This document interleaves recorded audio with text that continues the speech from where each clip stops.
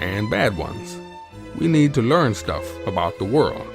We need an honest, intelligent, thought-provoking, and entertaining review of what the hell happened on this planet in the last 7 days. We need to sit back and listen to the Iron Fist and the Velvet Glove.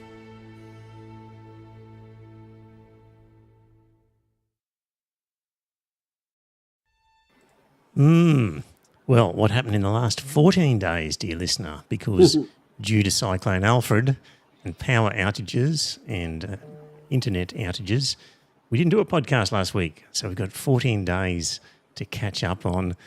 And Trump is a cyclone of content. Just keeping up with him for the past few hours is enough to fill a podcast for several hours.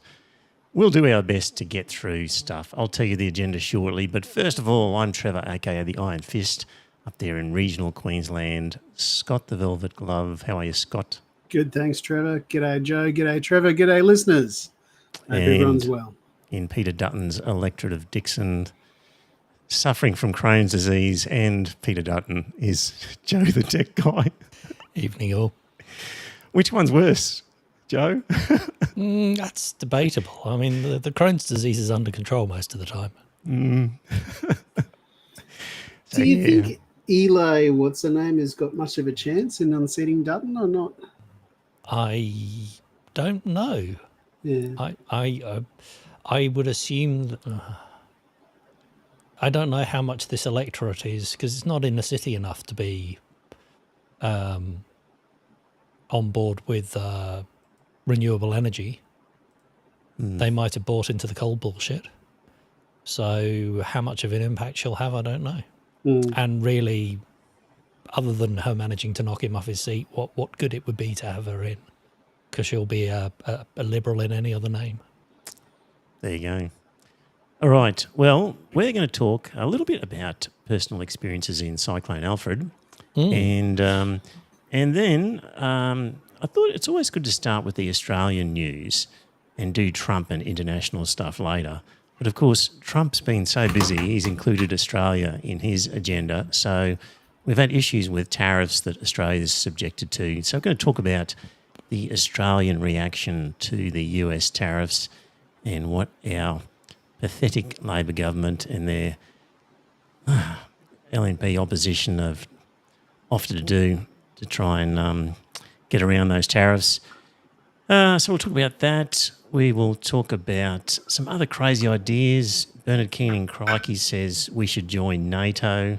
Dutton says we should join the coalition of the willing in Ukraine, for God's sake.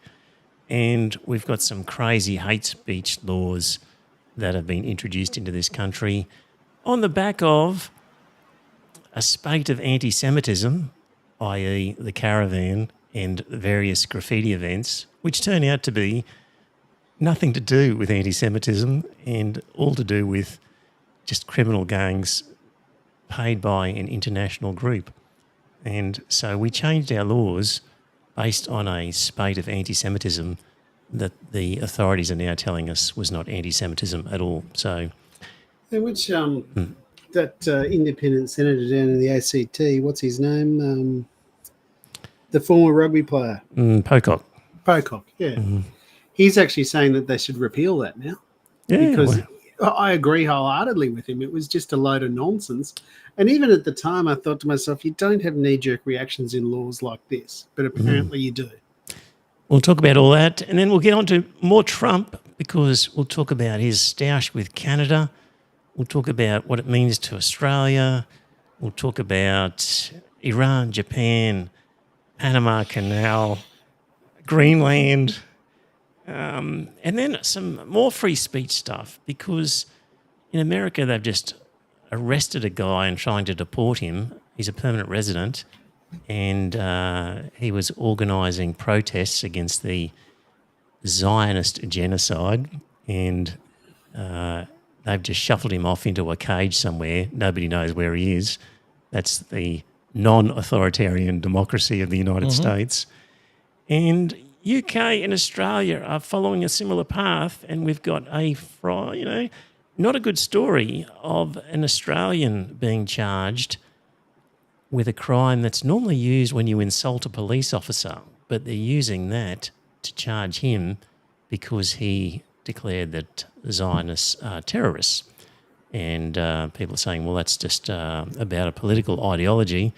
Surely we shouldn't be throwing people in jail for that. But he's being charged with all that. And in the fourth or fifth hour of this podcast, we, when I say we, it'll probably just be me and Joe, because Scott's going to go to bed after the first hour. I'll go to bed now, yeah. There's all sorts of stuff we could talk about.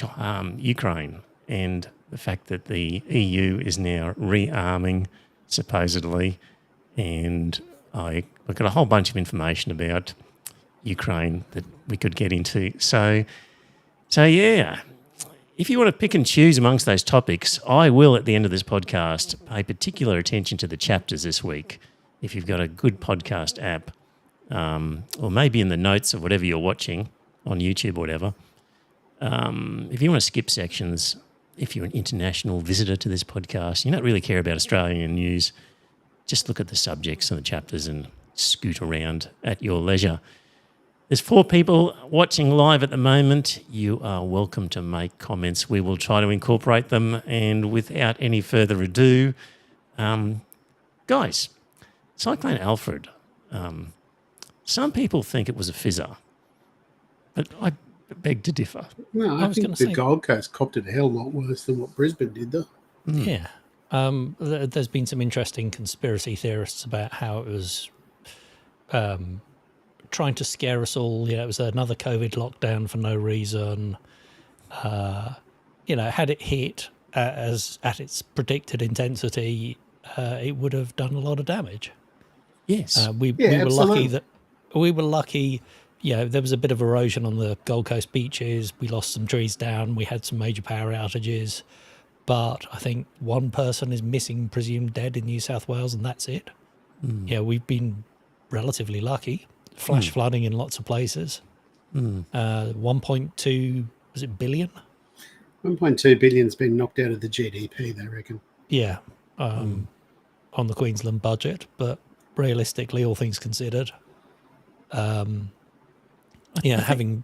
been through Atlantic storms, what we got here in northern Brisbane suburbs, 20 kilometres inland, was no worse than a standard stormy night back where I grew up. I was on the Gold Coast and Coolangatta, facing due south, and I can say that, sure, the winds were strong and the wind was coming inside, the rain was coming in sideways, but probably not unlike what you get in a really severe Brisbane thunderstorm type situation. It just kept going on and on, of course. So in terms of wind and rain, not so bad, but just the continual rain, like the local golf course has lost something like 200 trees, which 100 have fallen over and another 100 have to be knocked over, sort of thing. So, but the big thing I want to talk about is the loss of power. Like we were without power for 3 days, and there are lots of people in that predicament. And guys, multi-storey buildings, there's a lot of them on the Gold Coast. You can build one of those and you do not have to put a generator in as a backup power to run elevators if mains power is lost. There is no requirement. It's extraordinary because these places are full of old people who can't possibly walk downstairs. They can't manage 2 or 3, let alone 21 stories or something like that. Like, it's a really dangerous situation. After a few hours, the emergency lighting batteries run out. So the stairwells are completely dark. And if somebody needs to get out, they've got to walk. Impossible for thousands of people who are trapped on their floors. If there's a medical incident where they've got a heart attack or something like that, they're stuffed. And by the end of 2 days, if nobody knows they're there and they haven't prepared, these people are starving. So by the end of the second day, I was lucky. Our building had a generator that kicked on for 2 hours in the morning and 2 hours in the afternoon, and I managed to cook up some extra food. On the second night, spoke to building managers, and they said, "Oh, there's a couple on level 20 who are doing it tough." So I went up there with a pot of hot rice and slow cooked beef, one of the better ones I've actually done. And they embraced me and were kissing me and thought I was the Messiah, and they were really struggling. They were starving. So did you tell them to not vote for Dan? No, I didn't give a political speech, but there's some people in serious trouble in these buildings, and I just can't believe that you can build one of these buildings and not have a generator of some sort. So, yeah, that's a rule that should be changed, I reckon. If you can afford to build a multi-storey building, it wouldn't be that much extra to put a generator in to at least run one lift in an emergency. So, yeah. Well, I actually, as soon as, of course, we had power cut, I still had mobile access because I'm just down the road from the telephone exchange and the mast is on that, so it's got a backup generator. I started getting adverts for generators. Yes. So I went online to look, and of course, nothing in stock. We've got some that we could possibly start shipping in the middle of April. Yep. But I discovered actually four-wheel drive Supercenter had one left in stock up in Toowoomba. Yep. And my daughter had 2.5 hours remaining to get 100 hours for a driving test. Yep. So on Friday, we went for a drive to Toowoomba to pick up a generator, which I paid the whole $418 for. Yep. But that could run your fridge and other stuff. Yeah. Yep. It's 3 kilowatts. So that's basically, it'll run everything that you could run on a 10 amp plug. Right. So most of the household, if you most can of the house, it connect probably it wouldn't run somehow. the stove, and it wouldn't run the big air conditioner. It'd probably run the small air conditioner in one room.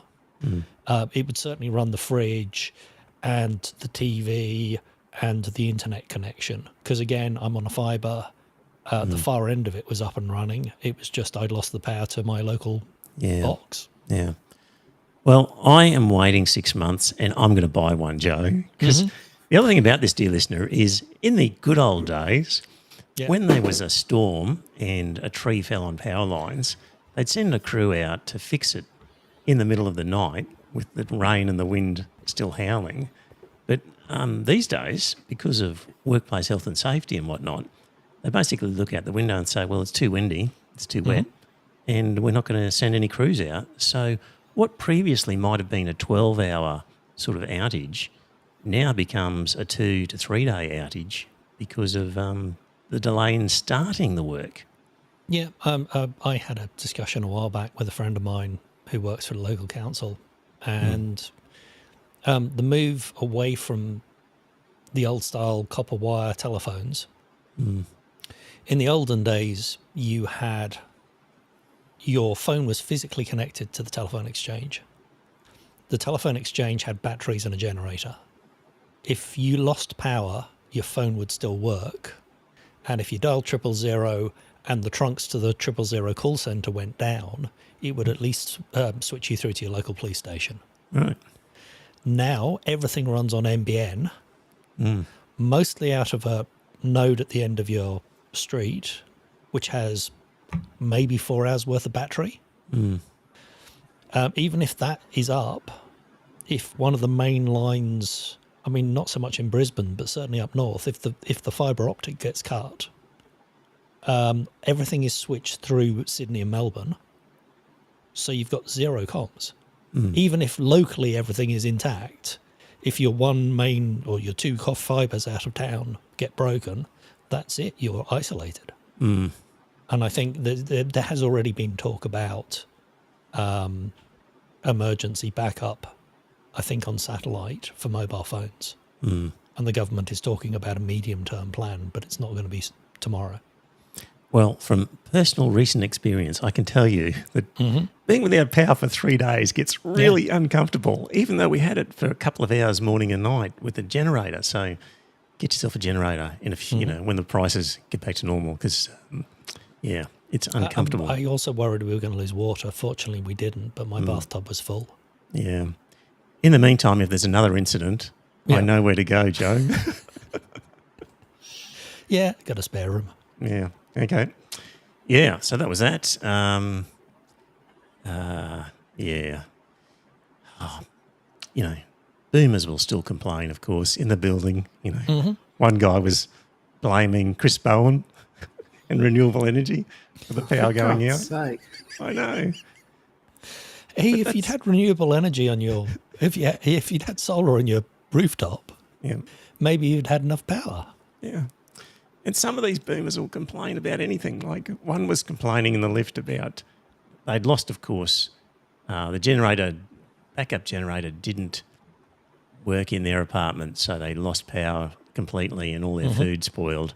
So they were expecting the body corporate to compensate them for the loss of the food in their fridge. It's like, for God's sake. I think I've got a theory that Sky News and the Courier Mail, it's all such outrage and anger that these people who sit there watching it become angry people. I think there's a hell of Railing a at the lot to world.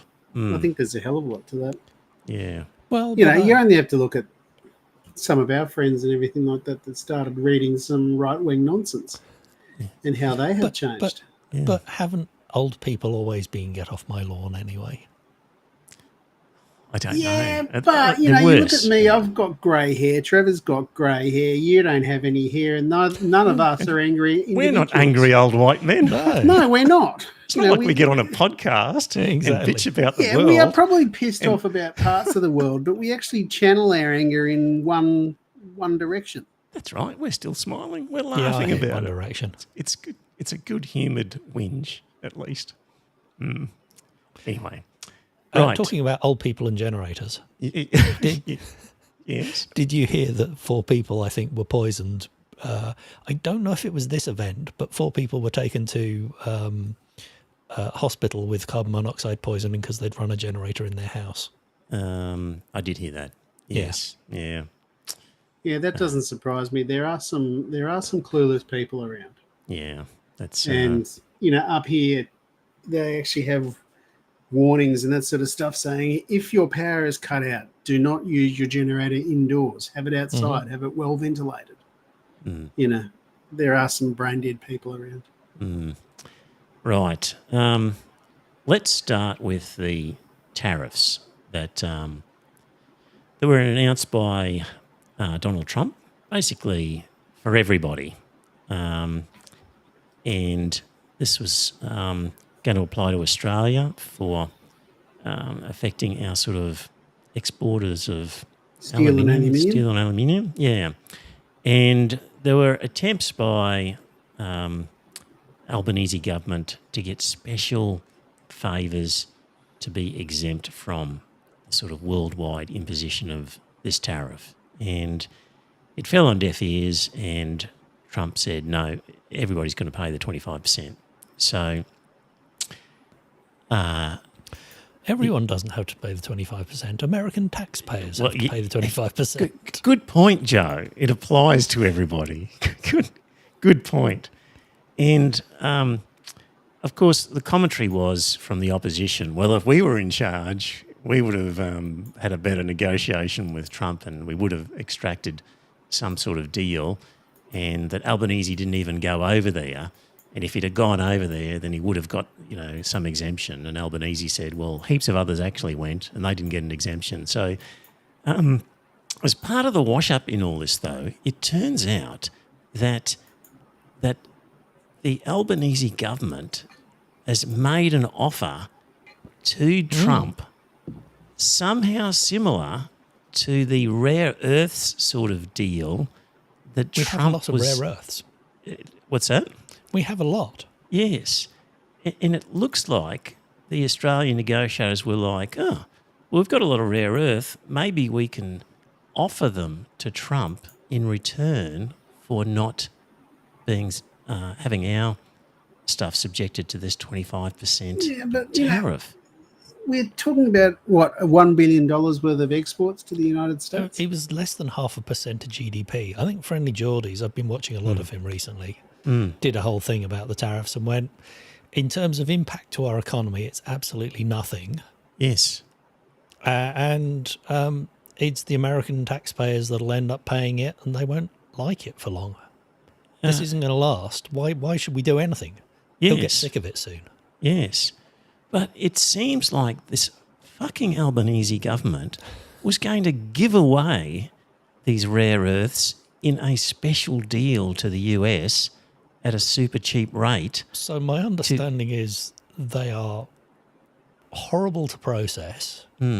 And, you know, although we have lots in the soil, we want them to be taken offshore to be processed in some third world country, like Yes. the United States.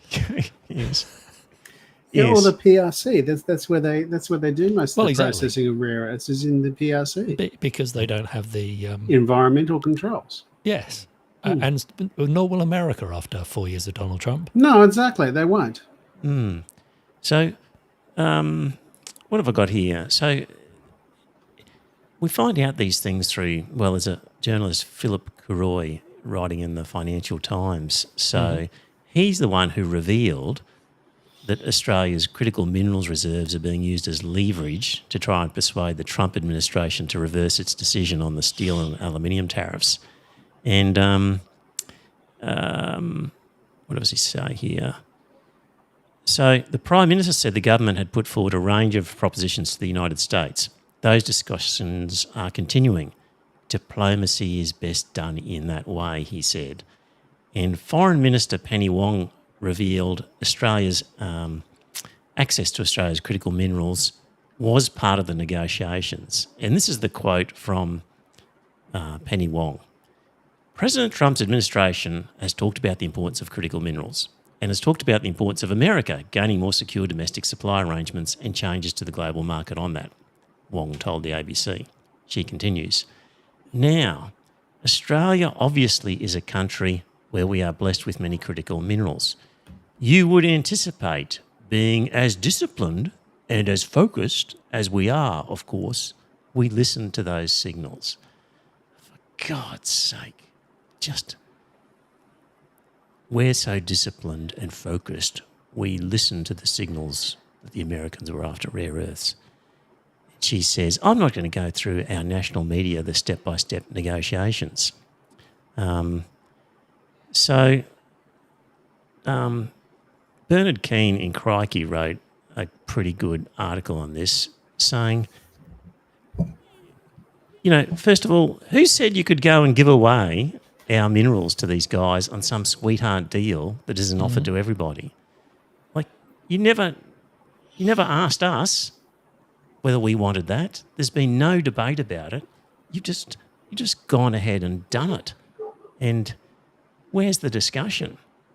These trade deals are always held in secret and we find out about them later. And it's all a done deal. And he makes the point that you just made, that this sort of aluminium and steel industry sales to the US are so poor, it doesn't matter in the scheme of things. It's a rounding error in our GDP. And we're getting our knickers in a knot. But all it takes is for Donald Trump to just, out of his bum, pluck out a 25% tariff and then just sniff around and see what goodies people are going to offer. He can coerce out of people. It's just like the schoolyard bully wandering around the schoolyard, threatening people. Give us your lunch money. Exactly. And Australia is toadying to this guy and not only handing over its lunch money, it's saying, oh, I've got some more stuff I can give you as well. And can I please be your friend as you walk around the schoolyard beating up on other people?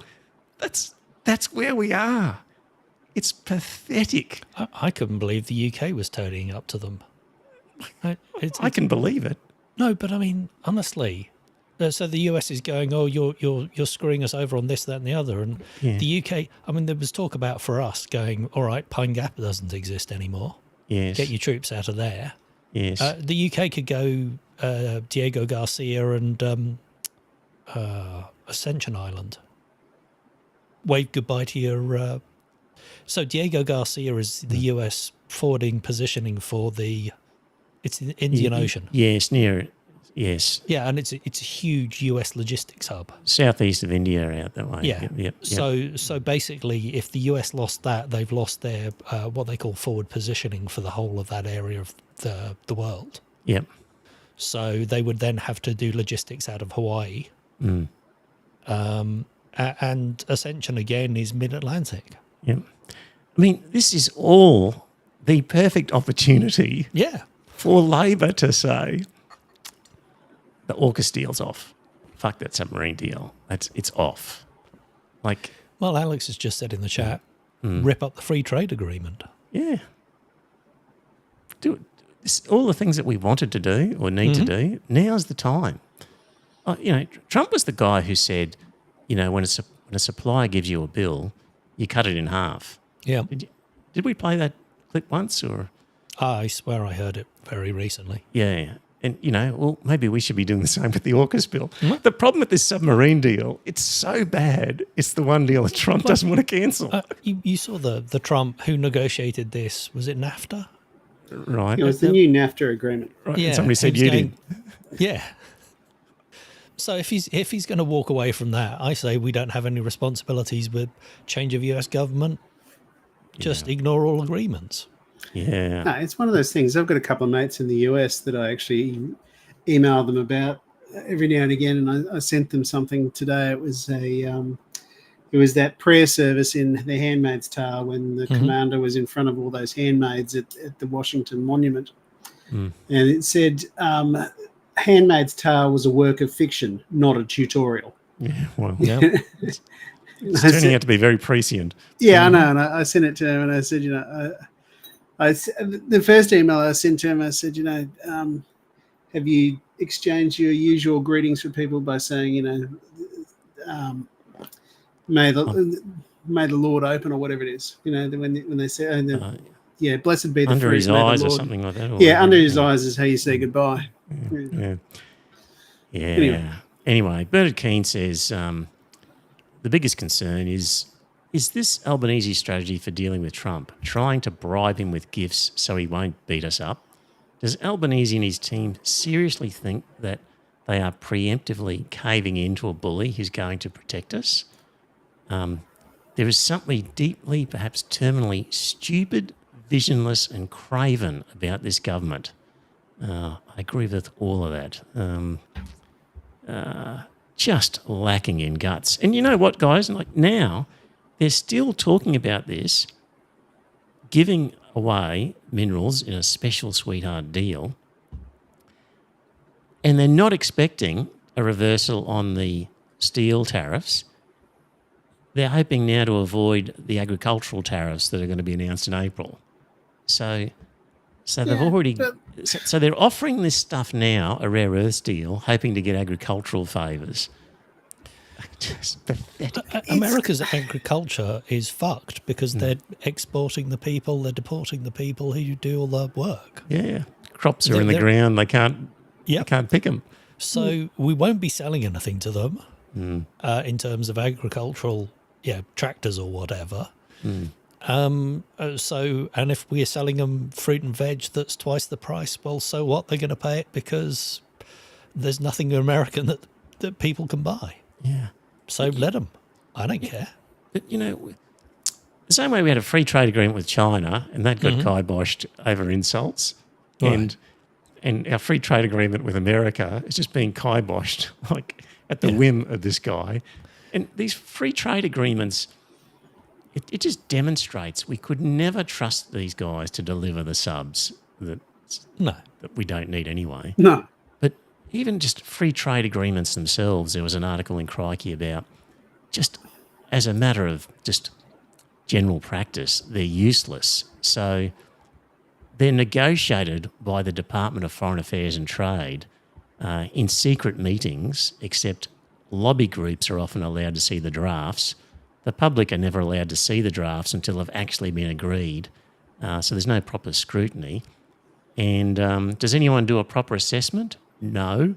At no stage is a genuine independent assessment done of the deals. And when a deal goes before Parliament, there's an assessment done by DFAT, the guys who negotiated it. So they're doing they're assessing their own homework. And genuine independent bodies with expertise in economics, like the Productivity Commission, don't get a say. And the head of the Productivity Commission, Peter Harris, complained about this, about not being allowed to assess the Trans-Pacific Partnership deal in 2015 because the government said it would take too long. And so they just divert trade from one market to another, and assessments done by different groups like the Productivity Commission look at these trade deals and find that we don't benefit from them and industry doesn't benefit because it just creates hoops that they've got to jump through to try and comply with the arrangements. And, all in all, they're no good for us anyway in terms of free trade agreements. So all they do is create problems where guys like Clive Palmer purport to be a Singaporean company and then enter arbitration disputes trying to argue when we don't let him mine something he wants to mine. Well, if he's a Singaporean company, then he can't stand for election. Well, he can. Well, he can because he's an Australian citizen. Yeah. And he's not actually. Obviously, he's not. No, If it's not him as a Singaporean. It's a Singaporean company Yes. that Right. is actually suing. But if he's the one of his majority companies. shareholder in a Singaporean company, well, then he's a Singaporean citizen as far as we're concerned. Well, yeah, I know, but it doesn't work that way. Yeah. That's one way of looking at it. Yeah. Anyway, what are the- people's... I was Sorry? about to say with Trump and bribing, you've heard he's trying to roll back the law that says you're not allowed to bribe. American companies can't bribe foreign nationals, foreign companies for deals. I didn't hear that, but... He's trying to roll that back. Okay. Yep. I wonder if it's also for him, whether he's trying to get some sweetheart deals. Yeah. That wouldn't That surprise. really wouldn't surprise me. Some of the commentary, somebody said Trump will probably invade us if we take Pine Gap away, because these are the sorts of things we can do. We can just say, well, get your military out of here, or get your spies out of Pine Gap. You know, We'd have to actually have a look at the Pine Gap agreement, whether or not we could actually just boot them out. what does an agreement matter, Scott? No, exactly. Agreements no longer matter with these guys. If he's tearing Well, I up suppose. agreements, we can tear up agreements. Yep. Age-old agreements, like the border between the United States and Canada, Yeah. he says that's not valid. You know, what did he call it? He said that it was a fake border or something like that. You know, Yes. It was Jesus a line Christ. drawn on the map by... No, that was between US and Canada. It was a line drawn on the map by people, borders don't normally go on straight lines. It must be artificial and therefore it doesn't exist. Yes. So agreements, loyalty, they mean nothing to this guy. It's all start afresh. So he's expecting us to play by the rules, but he doesn't need to. of course Yeah, not. exactly. That's the bully. Yeah. And the spineless Albanese government should just grow a set of balls and just reset the things that needed to be reset, like AUKUS, like the number of military installations in this country run by the Yanks, for God's sake. But they won't do it. I think, Alex, he's just brought up a comment there. He said that the shared intelligence is quite valuable if we get nothing else. I don't know how much intelligence we do actually get from Pine Gap. I would have thought that was more under the auspices of the Five Eyes Agreement. So we could rely on the British, the Canadians and the Kiwis Indeed. for that sort of thing. We could just cut the Yanks out entirely. Yeah. I mean, the Yanks have got the biggest budget, but given that it's all going to be driven by Putin anyway. It's all going to be drawn by Putin. Driven by Putin. Oh, yeah, of course it will be. In What's being driven by Putin? the American budget. Oh, well, right. everything. Right. Okay. Between Putin and the Israelis. Well, I wonder whether, because, Trump has turned around and ignored all of his intelligence agencies in the past. He in front of the press said, no, I'm taking Putin's word. They didn't interfere in our elections, despite 17 intelligence agencies in America saying that they did. Yeah, but, the more I read into it, I really think that he's actually a Russian not an agent, but a Russian asset. Yeah, I mean, he returned from the Soviet Union, purchased suddenly got loans from banks and everything else that he couldn't even get. He barely had a pot to piss in at the time, and then he ended up with $305 million and buying a hotel somewhere or other, and that's where it all started from. Anything is possible. Yeah. Certainly Putin knows how to handle him. And he looks at Putin as a strong man. He admires Putin. And I think Putin is going, he's an idiot, I can play him.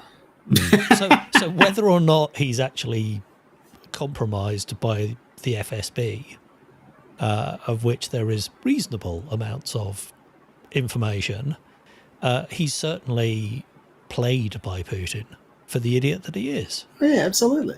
He could just as easily be compromised by the Israelis. Who knows? Well, no, that's the other parts of the American government, not Trump. Well, why not Trump? No, he doesn't seem to have the relationships. He's doing everything they want. Well, at the moment, yes. So if actions mean anything, you could, you're looking at what's happening with Putin and what he's doing in Ukraine and just basically his actions and saying, he's Putin's puppet. Well, you could say exactly the same about what he's doing. On a whole load of other things, he's Putin's puppet, not just in that one place. Right. And has been for 10 years. Right. Okay. Yeah. All right. Well, a recent poll by the Australian Institute of a couple of thousand Australians, so that's a reasonable number, told us that most Australians prefer a more independent foreign policy than they would prefer a closer alliance with the US. Absolutely. So 44% wanting more independence as opposed to 35% of idiots wanting a closer alliance with the US. And the poll also revealed that more Australians feel Donald Trump is a greater threat to peace than either Vladimir Putin or Xi Jinping. There you go. So where's that one? Half of Australians, 51%, think Donald Trump's election is a bad thing for the world. And half of Australians, 48%, are not at all confident that Donald Trump would defend Australia's interests if Australia were threatened, compared to only 16% of idiots who are very confident that he would do so. Oh, God. Who's the greatest threat to world peace? 31% think Donald Trump, 27% Vladimir Putin, and 27% Xi Jinping. So that's what Australians are thinking. It's good. Crikey is an interesting rag. You see stuff in there. Some of it's good, some of it's crazy. It's a real shame Guy Rundle left, was sacked. But Bernard Keane... Who's he right for now? He's not doing anything. I haven't seen him anywhere, so I don't know. Okay. Yeah. Bernard Keane, just now I thought really good in terms of talking about these tariffs. But also in Crikey, Bernard Keane says Australia needs to join NATO. He says Australia needs to back European efforts to bring peace in Ukraine and think about seeking to join NATO. Australia's operating in a lonelier world and needs friends fast. And he says offering participation in a peacekeeping mission should be seen as Australia's application to join NATO. Scott or Joe, do we need to join NATO? Well, I think something Article 5 would be useful. And I'm not saying necessarily any particular country is going to invade us, but certainly it's a lot easier to fight with allies, certainly with New Zealand and possibly other ones in the area. I don't think that anyone, the only potential aggressor in the world is either Russia or China. But or China America. has got to go a lot. Yeah, Or America the into US. that? Yeah. You got three of them. You got the Russians, the Americans, and the Chinese. They're the potential aggressors. The only one that scares the shit out of me is the Americans. because they've got a big enough army and they've got a big enough navy. They could get across the Pacific and all that sort of stuff. They'd blow up everything on the way here, and then they'd actually deploy and that sort of stuff, and they'd invade us. The Chinese, it's going to take them a hell of a long time to get down here. They've got to go through a whole slew of nations that are relatively friendly to Australia, that, we'd have plenty of warning about them. And if we had decent sort of long-range missiles and decent air force, we'd be able to cull their invasion fleet. We would give the Americans a bloody nose as they sail across the Pacific. It's not easy. It's not easy to move an army an incredibly long way. Mm. Now, the Japanese tried and they came a cropper. Now, that was probably because the Americans got involved, but systems are a lot more sophisticated now. They're a hell of a lot more sophisticated now. I've got no doubt about that. Small drones are able to disable large aircraft carriers. Yes. Yep. So, So anyway, the idea that we should be joining NATO is just ridiculous. Yeah, I just think it's time for us to do away with alliance groups and everything else. They served their purpose during the Cold War. The Cold War is over. It is. So I think Europe has a very good reason to have an alliance. The problem is the centralized command structure, because every country is going to want control of its own troops. Yeah. And that's going to be the hardest. There's going to be duplication of things because every country won't want to rely on the others for their own offensive capabilities. Yeah, it's one of those things like, had the EU... the EU's got to make a decision about whether or not it's going to become a... the United States of Europe. Exactly. It could well become the United States of Europe, in which case you could have a central government in Belgium, not Berlin, because you can't go back to Hitler's time or anything else. And you can't go into France because the Germans remember Napoleon. Yeah, exactly. It's never going to happen. It could take a long time, but I do think it is on the cards. It's never going to happen. They'll never have a centralised government. It's impossible. Too many different cultures, different competing interests. Never going to happen. So, I think if you ask the Poles, I think the Poles would actually rather be dictated to by Brussels than what they would be by Moscow. If you split up the 50 American states and gave them the opportunity to reform, they'd never be able to do it either. No, exactly. Yeah, absolutely they wouldn't. Interestingly, Estonia and Poland are talking of, they've already pulled out of whatever accord that bans landmines. They're also looking of pulling out of the accord that bans cluster munitions.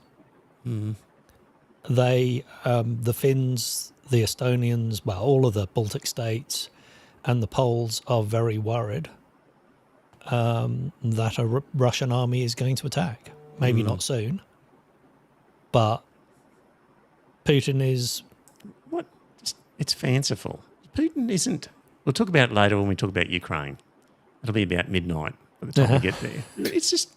Putin isn't out collecting land for the fun of it with an imperial design. No, I think he is. Jeffrey Sachs says that, and I'll give his credentials later on. And we know that Jeffrey Sachs is a Russian mouthpiece. It's so easily said, but I'll talk about him later. I've just watched a nice series all about it. What series was that? By a guy called Sarcasmitron, I think. All about... but he's actually documented the various bits and pieces. Right. And, it's not just his opinion. This is the evidence behind what he's saying.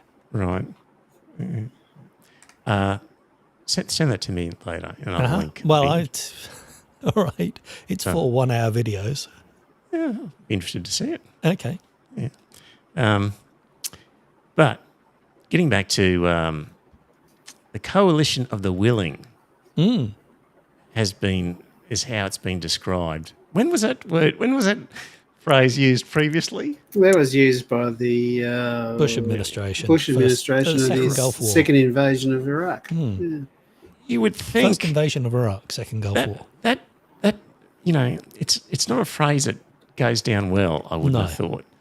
And when you're cobbling together a coalition to take on Ukraine, calling it the coalition of the willing just immediately says to people, I've heard this before and it didn't turn out real well. Do I really want to do this again? So basically, Albanese put out a statement saying that... But I thought this was a peacekeeping this time. Well, yes.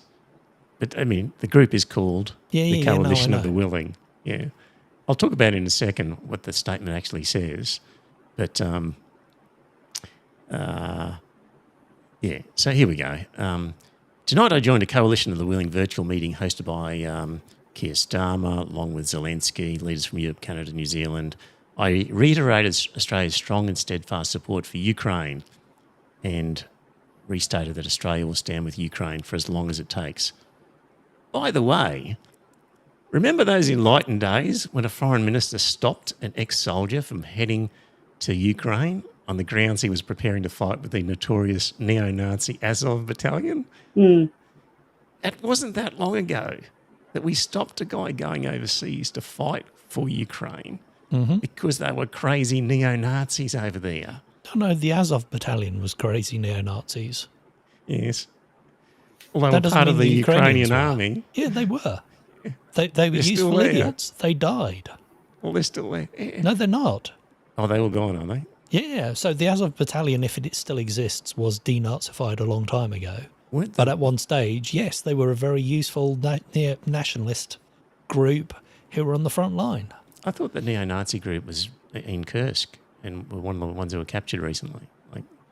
No, the neo-Nazi group was Wagner PMC, and they seem to have fallen to pieces for some reason.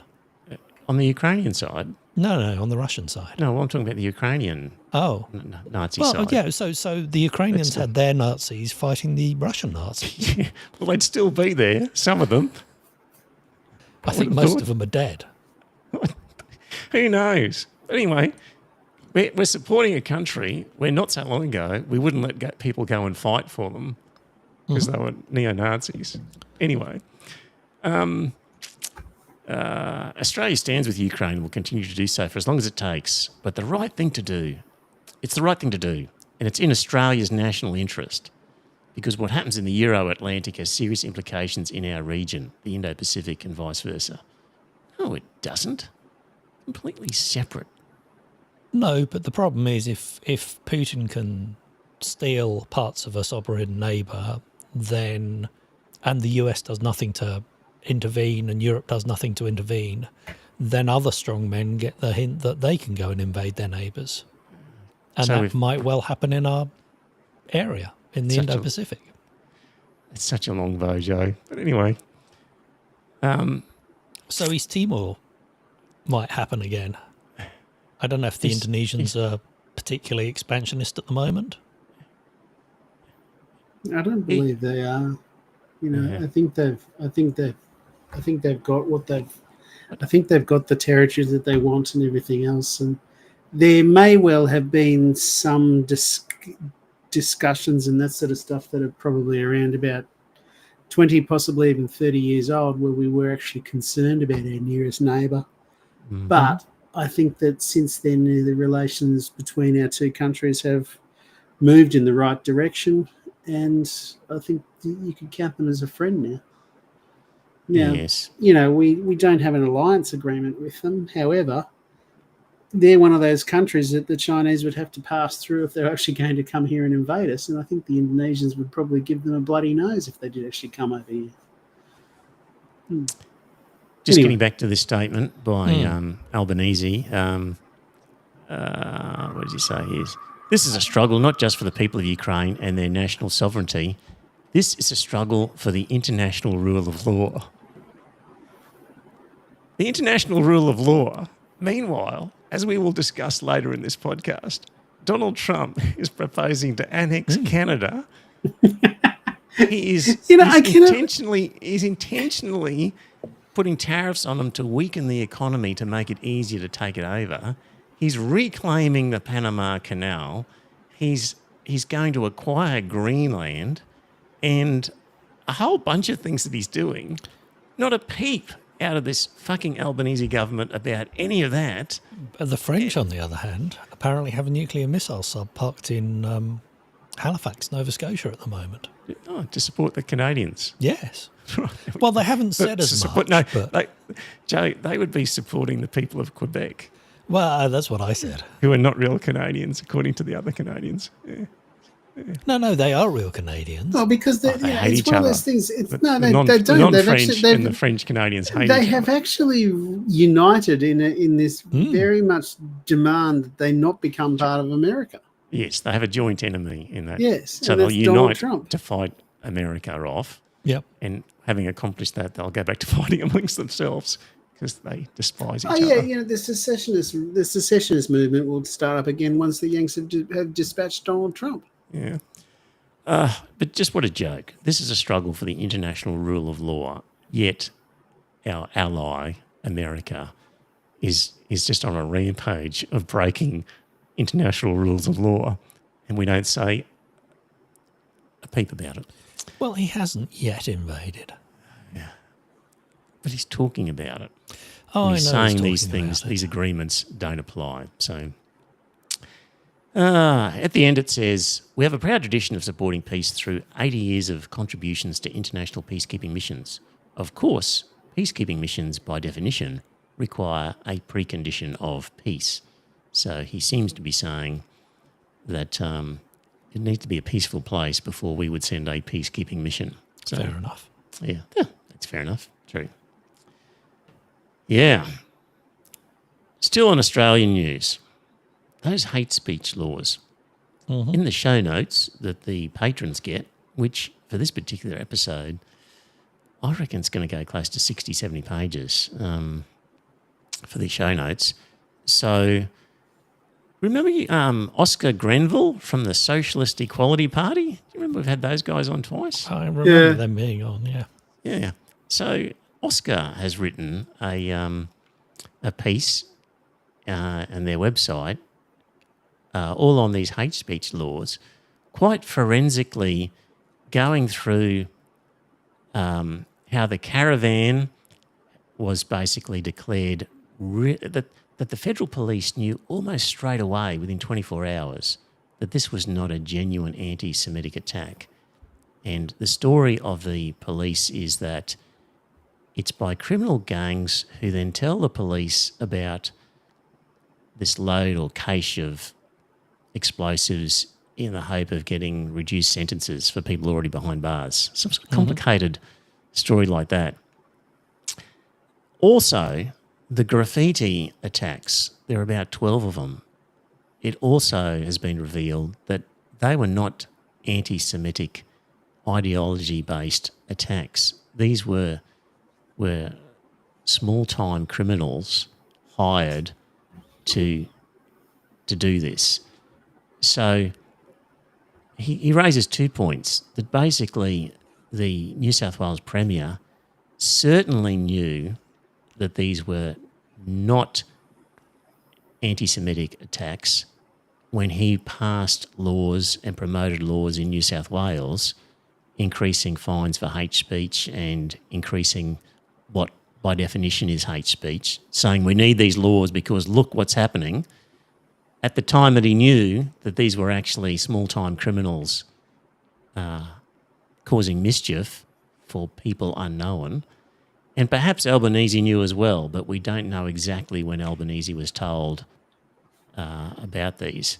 So that's number one. And number two, having passed these laws, because of the outrage that's been whipped up, they were passed for sort of really under a false pretense. And plenty of people are saying we should not have passed these laws. They include things in the federal case of like minimum mandatory sentences for Nazi emblems and swastikas and things like that. So, if you were somebody wanting to have hate speech laws increased, and you hired a bunch of thugs to do graffiti on places, and then lots of stuff is written in the paper about, isn't this terrible, Australia is succumbing to sort of an anti-Semitism wave. And then, la-di-da, within a few weeks, New South Wales and the federal government passed laws, beefed up laws. It's quite pathetic, isn't it, that we've kind of fallen for a pathetic I trap. wonder if any of them can be used in any ways for an interesting purpose. What do you mean? Well, if a religious leader was to make hateful remarks about another group, It certainly is going to cause people to think twice about criticising what Israel's doing. No, but I mean, if you could go, look, the Christians have been doing hate speech under these laws, and you demanded that, the Archbishop of Sydney was arrested under these laws, how long the laws would stay on the books? Yes, if a major mainstream religion fell foul. Yeah. Yeah. How long indeed? Well, they just So- wouldn't charge them. Well, but I mean, you could then kick up a stink going, we're applying this law unequally. Yeah. Nobody listens, Joe. Talking of swastikas, did you know that the Finnish army had swastikas on their equipment up until into the 2000s? No? Yeah. Why? Because Because they had it Finland was- before the Finland Nazis. was allied to the Nazis. No, but I mean, they had it even before the Nazis were a thing. Oh, really? So Yeah, it was yeah. an emblem they used before it became synonymous with Correct. Nazi Germany, right? Yeah. Yeah. Probably should have ditched it earlier, even though it may have had different meaning to them. I discovered Yeah. that walking around the tank museum with a Finnish friend. Ah, And you're I saying- saw a tank with swastikas on it, and he's going, oh, that's a Finnish tank Right. from the 1970s or whatever it was. Yeah. Yeah. I'm just trying to think. In that museum, in that what do you call a cathedral in Christchurch? They had swastikas all around the whole range of them, on the walls. Yeah.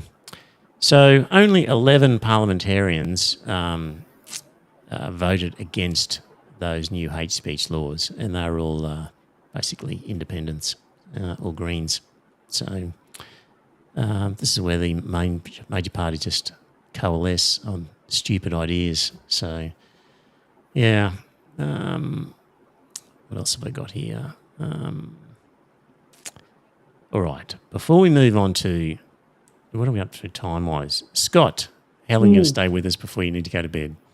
I don't know. We're in about 10 minutes. All right. You signal when you're ready to go. Before we get on to Trump, just can't keep bypassing Gaza. So Israeli Energy Minister Eli Cohen, I've now signed an order to cut off electricity in the Gaza Strip immediately. Enough with the talk, it's time for action. And, of course, electricity is used in desalination plants. So the ceasefire that was organised has been breached. It's just a continual genocide for the poor Palestinians in Gaza. Yeah, just keep going on. And speaking of genocide, Syria. So now there's a war has begun in Syria where the Alawites and Christians are being systematically attacked and murdered by the jihadis. Gee, who would have guessed that would come about? And so everyone was applauding that Assad was kicked out, and of course jihadists were installed and applauded by the West. Oh, they're different now because they're not wearing khaki. The leader's got a suit on now, and they're just butchering people they don't like of different religions. Well, it was left to the Russians to defend the peace in Syria. Yeah. Well, it was more than they could handle, they figured. So, what did you disappear for? What happened then? You know, Say again? did you disappear somehow then? Or Yeah, I just lost connection. All right. Okay. Okay. Trump. Let's talk about Trump and Canada, first of all. So, I mean, how serious is Trump's claims on Canada? And the New York Times reports that Trump, in an early February call, challenged the border treaty between the two countries and told Justin Trudeau he didn't like their shared water agreements. So the detail of the conversation between Trump and Trudeau and subsequent discussions between officials have not been previously fully reported, but the New York Times claims to know about it on the condition of anonymity by 4 people with first-hand knowledge of their content. So these are unnamed people, New York Times. Bear all that in mind as to how much you believe. I'm going to believe a fair bit of it, to tell you the truth. So on those calls, Trump laid out a long list of grievances, and he brought up something fundamental. He told Trudeau he did not believe the treaty that demarcates the border between the two countries was valid, and he wants to revise the boundary. He offered no further explanation. And that border was established in 1908. Kind of one of those international rules of law type thing that people are really keen on most of the time. And Trump also mentioned revisiting the sharing of lakes and rivers between the nations, which is regulated by a number of treaties. So in subsequent calls, there was one between the Secretary of Commerce, Howard Lutnick, who had not yet been confirmed by the Senate, and Canada's Finance Minister, Dominic LeBlanc. And in that conversation, Lutnick called and issued a message. According to several people familiar with the call, Mr. Trump had come to realise that the relationship between the United States and Canada was governed by a slew of agreements and treaties that were easy to abandon, and that Trump was interested in doing just that, and he wanted to eject Canada out of an intelligence sharing group known as the Five Eyes. He wanted to tear up the Great Lakes Agreement and conventions about how they share and manage the various lakes up there, and that he's reviewing military cooperation and blah, blah, blah. So we can't blame Trump. I mean, those Canadians are always causing trouble, aren't they? Yeah. It's just, they are the most polite people on the face of the earth. They just don't ever cause any offence to anyone else. But like that new Canadian Prime Minister said, yes, we are overtly polite, but if you push us, we will push back. Yeah. So, I mean, this is just a friendly ally who's done nothing wrong, and possibly because Trudeau laughed about Trump in previous international meetings.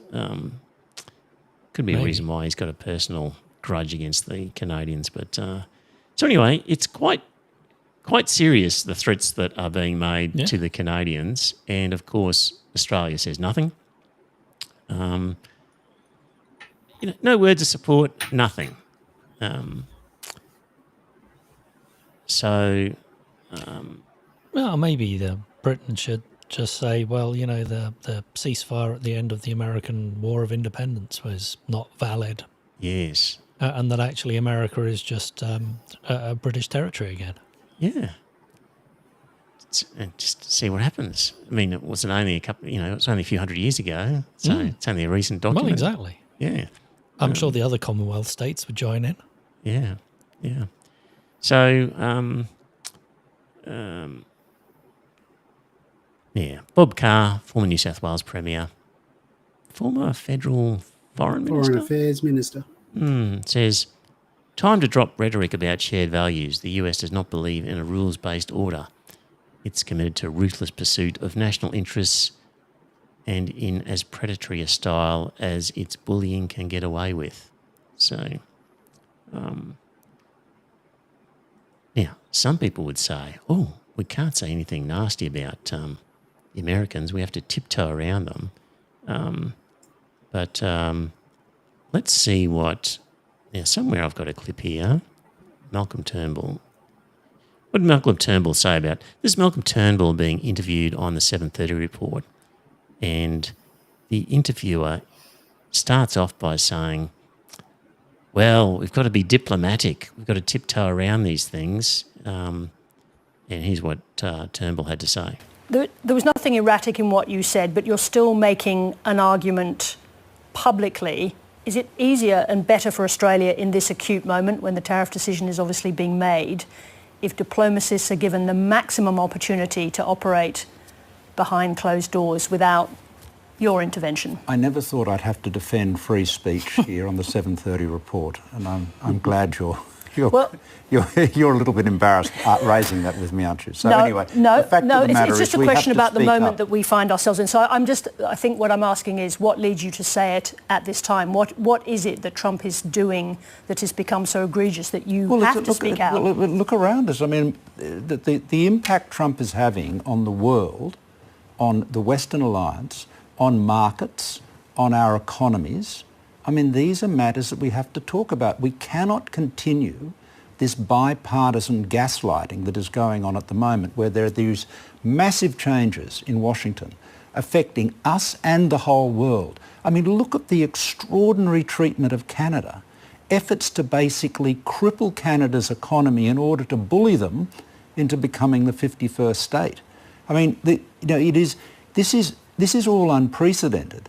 But yet, if you look to our political leaders, there's nothing wrong with AUKUS, everything's fine, the relationship is fine, nothing's changed. Let me come back to AUKUS. Well, it has changed. Let me come back to AUKUS in a moment, because the question, I suppose, goes to, if you compare how former Prime Minister...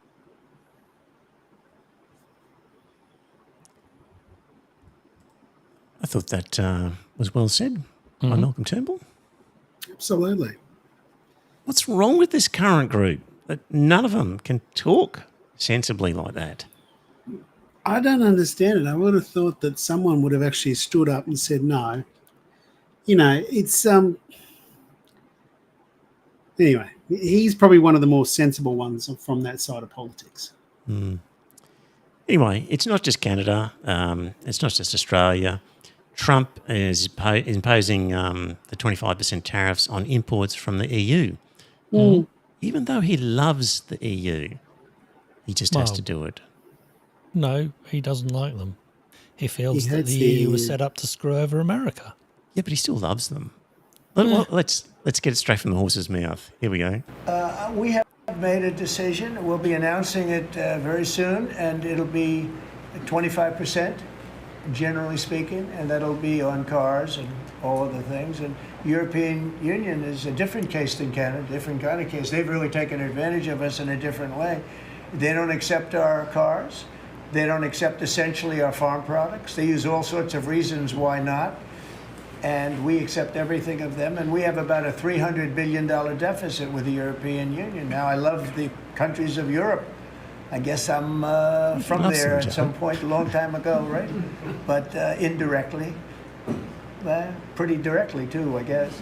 But I love the countries of Europe. I love all countries, frankly, all different. But the European Union's it was formed in order to screw the United States. I mean, look, let's be honest. The European Union was formed in order to screw the United States. That's the purpose of it. He's such a great man that he loves them despite the fact that they're screwing him over. He admires somebody who can screw you over quite well. Well, he does, but historical revisionism all... Oh, God. He's indirectly related. His mother is fucking Scottish. Yeah. So, yeah, 25% tariffs on the EU stuff. That's coming.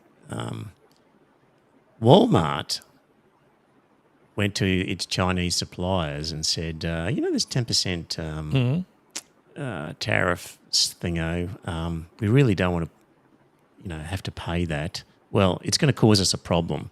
So what we want you to do is to reduce your prices by 10%. They said that to their suppliers so that we can maintain our prices here. And the good old Chinese government hauled in the Walmart people and basically told them, stop, don't put pressure on our suppliers like that. That's not going to happen. And what did they say here? A post on Wednesday, a social media account linked with the state broadcaster said the retailer was called in the previous day.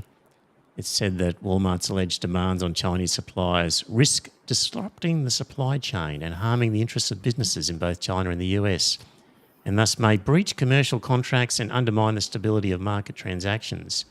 And if Walmart continues down this path, it may face consequences beyond a government summons. So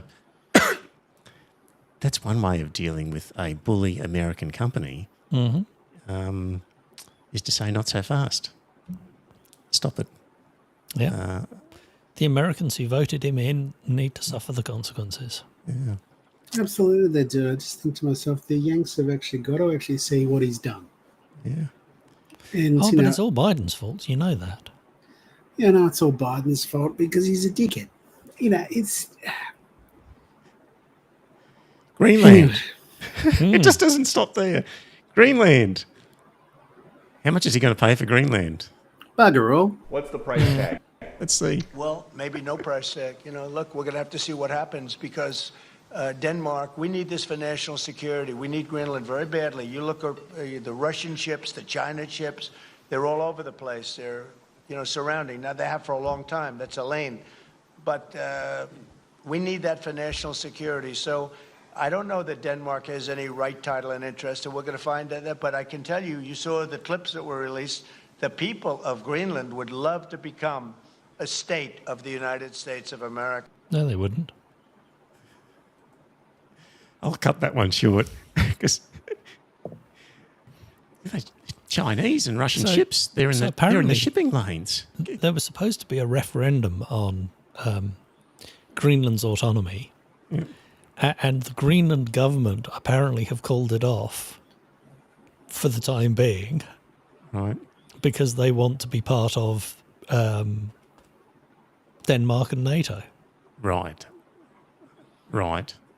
Because they're, I don't know what it was. It's a couple of 100,000 people, I think. It's not a huge population. I see. So they're worried about invasion from Russia and they want to be part of NATO. No. Even though it is the Americans who are threatening to take their land. Well, is that where we're at? No, but Article 5 says that anybody who puts boots on the land... They want to be part of NATO in order to stop the Americans. Yes. And Canada's also part of NATO, if I remember correctly. If they really want to stop the Americans, they should join an alliance with Russia. It seems that'd be the way to do it. Well, maybe. Wouldn't it? That's the sort of lateral thinking they should be doing. I mean, the French have offered the French nuclear umbrella. Literally, an umbrella. Yeah. What does JD Vance say about Greenland? I think it's a similar tune about national security. Let's see what he says. Do you expect the U.S. to acquire Greenland? I think it's possible, Maria. So here's the thing that I think a lot of folks don't appreciate about Greenland. It's really important to our national security. There are sea lanes there that the Chinese use, that the Russians use, that frankly, Denmark, which controls Greenland, it's not doing its job and it's not being a good ally. So it's not doing its job. It's not being a good ally because it's allowing Chinese and Russian commercial ships to... He does have beautiful eyeshadow, though. Like for good. All right. Scott. Yes. You're going to head off. Yes, I am. No worries.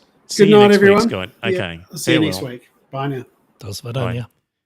Joe, you were still with me for a while? Yes. How are we going to solve that problem, solve our own national security? If that means that we need to take more territorial interest in Greenland, that is what President Trump is going to do because he doesn't care about what the Europeans scream at us. He cares about putting the interests of America's citizens first. There's another angle to this whole Greenland thing, Maria, that people don't realize. You've got probably 55,000 people living on Greenland who are not actually happy with Danish government. They've got great natural resources there. They've got an incredibly bountiful country that the Danes aren't letting them develop and explore. Of course, Donald Trump would take a different approach if he was the leader of Greenland. Why do I get the feeling that, in the not too distant future, there's going to be a colour revolution in Greenland? There's going to be protesters in the street. Why would there be a colour revolution? They don't work. But they do for regime change. Oh, no, they don't. Work in Ukraine. Well, it didn't, because Putin tried a colour revolution for the last 10 years. It didn't work. No, it's not Putin who does the colour revolutions. It's the Americans. No, but he followed the American plan exactly as it was written in the book. We'll get on to Ukraine in a second. What else have we got? Oh, actually, and just Trump on, what do we do? We've done Panama. Trump on Japan. This is a quick one, 20 seconds. But we have an interesting deal with Japan that we have to protect them, but they don't have to protect us. You know that? That's the way the deal reads. We have to protect Japan. And by the way, they make a fortune with us economically. There's another case. But we have to protect Japan, but under no circumstances do they have to protect us. Yeah, he actually asked who would make that deal, Joe? Strange that. It's almost like Germany's not allowed to build up a large army for some reason. They're just not pulling their weight in NATO. I can't figure out why. Yeah.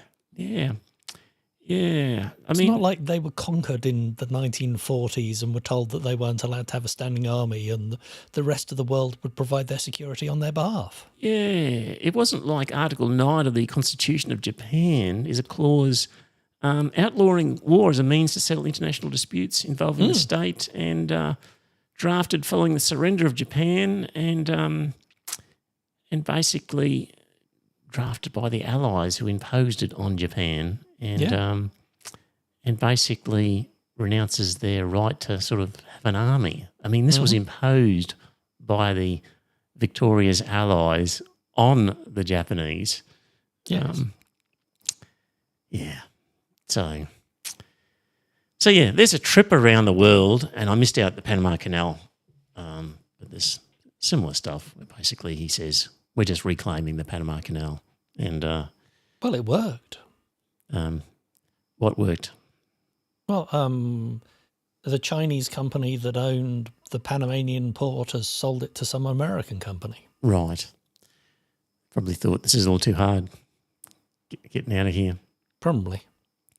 Do I have that one on? Let me just see if it is here. Oh, actually, I do have this one. 7 seconds. Trump on Panama. My administration will be reclaiming the Panama Canal.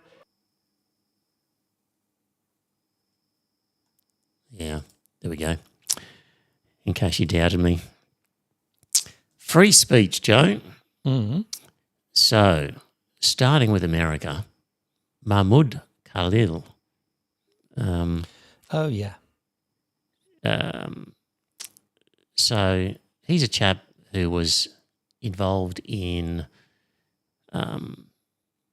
sort of negotiating on behalf of protesters and other people in one of these university protests. And he seems to have a pretty scrupulous record.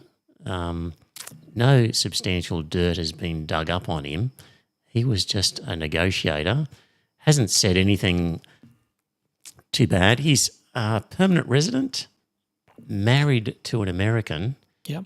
And basically got picked up by the sort of, is it Homeland Security or whatever they're called there, and dragged off, and they're going to deport him.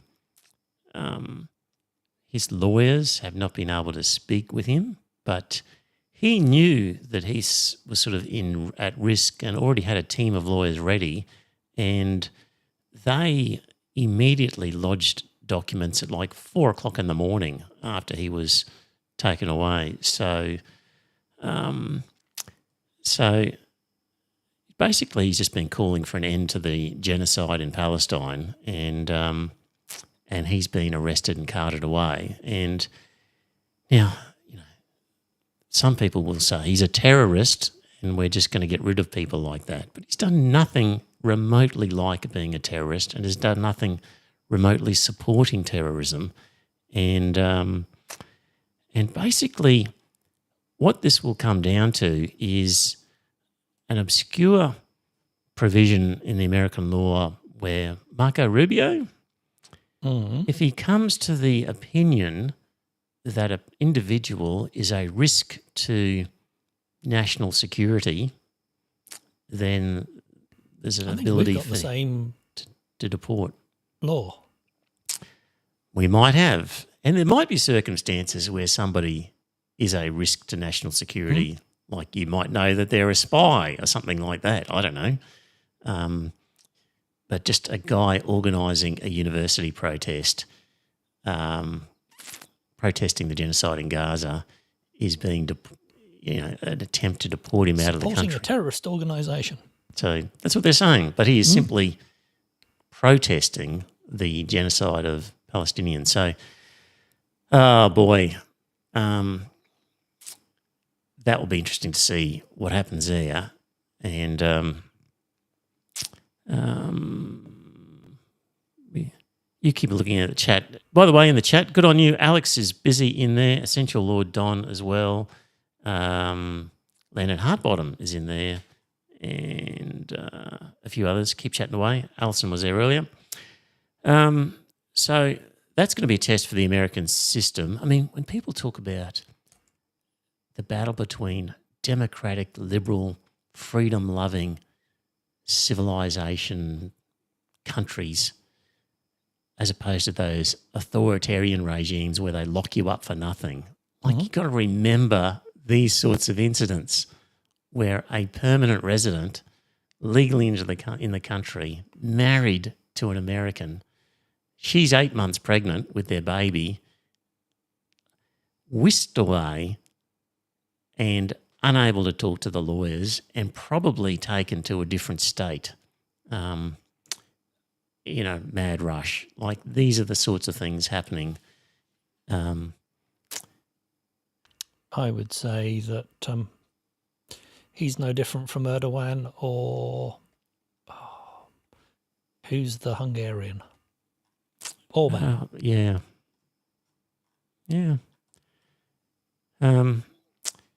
So, yeah, it's free speech in the free world until you say free Palestine.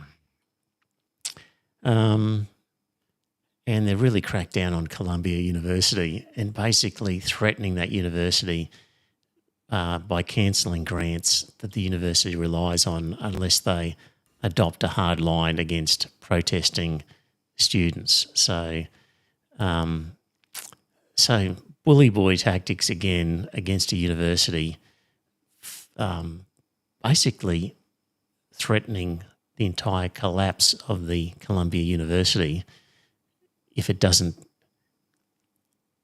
bend the knee, kiss the ring, and do what the government wants in terms of dealing with protesting students. That's authoritarianism. But that's the UK. That's the US. In the UK, here's a clip where a British policeman tells protesters that they're not allowed to protest unless they're supporting Israel. I don't know if you got a chance to see this one, Joe, beforehand. I hope it's here now. I've said that. UK police. Here we go. If you don't do that, you are in breach of those conditions and you could be arrested. What if we support Israel? Are we okay to stay or not? I think I made it quite clear which side it was about. If you're in support of Palestine, then you are breaching your conditions. And if we are in support of Israel, we can stay? Congo, Sudan. So what is this about? It's so what weird. Is it about?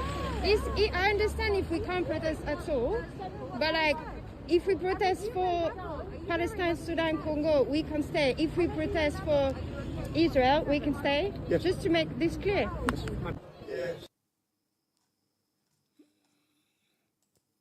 What do you think of that one, Joe?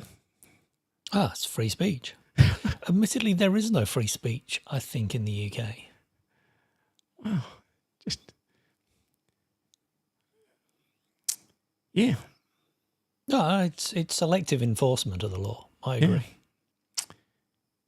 And then here in Australia, Burgatory restaurant chain owner Hash Tayer has been charged with using insulting words in public for a chant at a pro-Palestinian rally in the CBD last year. So this is in Australia. His chant was that all Zionists are terrorists. And basically, there is a law which is typically... I think that's unjust. I'm sure there are some Zionists who aren't, but... yes. Yeah. An inaccurate chant, Joe, for sure.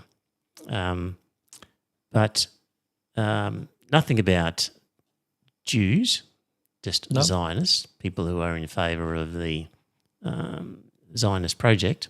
Mm-hmm. So there's a law which says, which typically is used when somebody is insulting a police officer. Yes. And it's making an offence when someone behaves in a riotous, indecent, offensive or insulting manner. And that is the particular offence that they're trying to nail this guy with for essentially political speech. Mm-hmm. Because he's talking about Zionists, not Jews, not race, not ethnicity or religion, the political ideology of Zionism. And he's being charged with that. So it's believed it's the first time that a potential political speech has been deemed a criminal offence that breached the insulting law. And the charges are normally levied for using abusive or obscene language against police officers. Joe, we've often been quite pedantic on this podcast, distinguishing Jews and Zionists. Yeah. Our Federal Attorney General, Mark Dreyfus, who is Jewish, said, the label Zionist is used not in any way accurately. When critics use that word, they actually mean Jew. They're not really saying Zionist. They're saying Jew because they know they cannot say Jew. So they say Zionist or words such as Zio or Zio. How do you feel about that, Joe? I suspect that he has a vested interest, given that is Dreyfus not a Jew? Yes. I would suggest that he's deliberately conflating the two to quell dissent against Israel's particular policies. Yep. I mean... Hopefully the magistrate will see through it, presuming it's a magistrate. Our Attorney General, Mark Dreyfus, the label Zionist is used not in any way accurately. When critics use that word, they actually mean Jew. Well, how can you say that blanketly about everyone? Yeah. And Zeddy Lawrence, Executive Director of Zionism Victoria, said, given the overwhelming majority of Jews in Victoria, Australia, and indeed the world would identify as Zionists, besmirching the latter is akin to painting a target on the former. I don't know that that's true. I don't either. I know it's not. Okay. Yeah. So, yeah. And again, it's kind of, do you believe in Zionism in that the Jews should have a state, or do you believe in Zionism as in the Jews should be on the East Bank? Yeah, I think they... Different forms of Zionism out there. Absolutely. Yeah. So you could be fully in support of a Jewish homeland in a place that was negotiated and bought from willing participants, as compared to an invasion in 1948, which you think was unlawful. But, you know, Joe, the point on all this is that Zionism is a political idea. It's an ideology. It's an idea. Correct. And we should be able to criticise ideas. Yeah. And we should be able to criticise people for holding ideas. Yeah. If we think that they're bad ideas.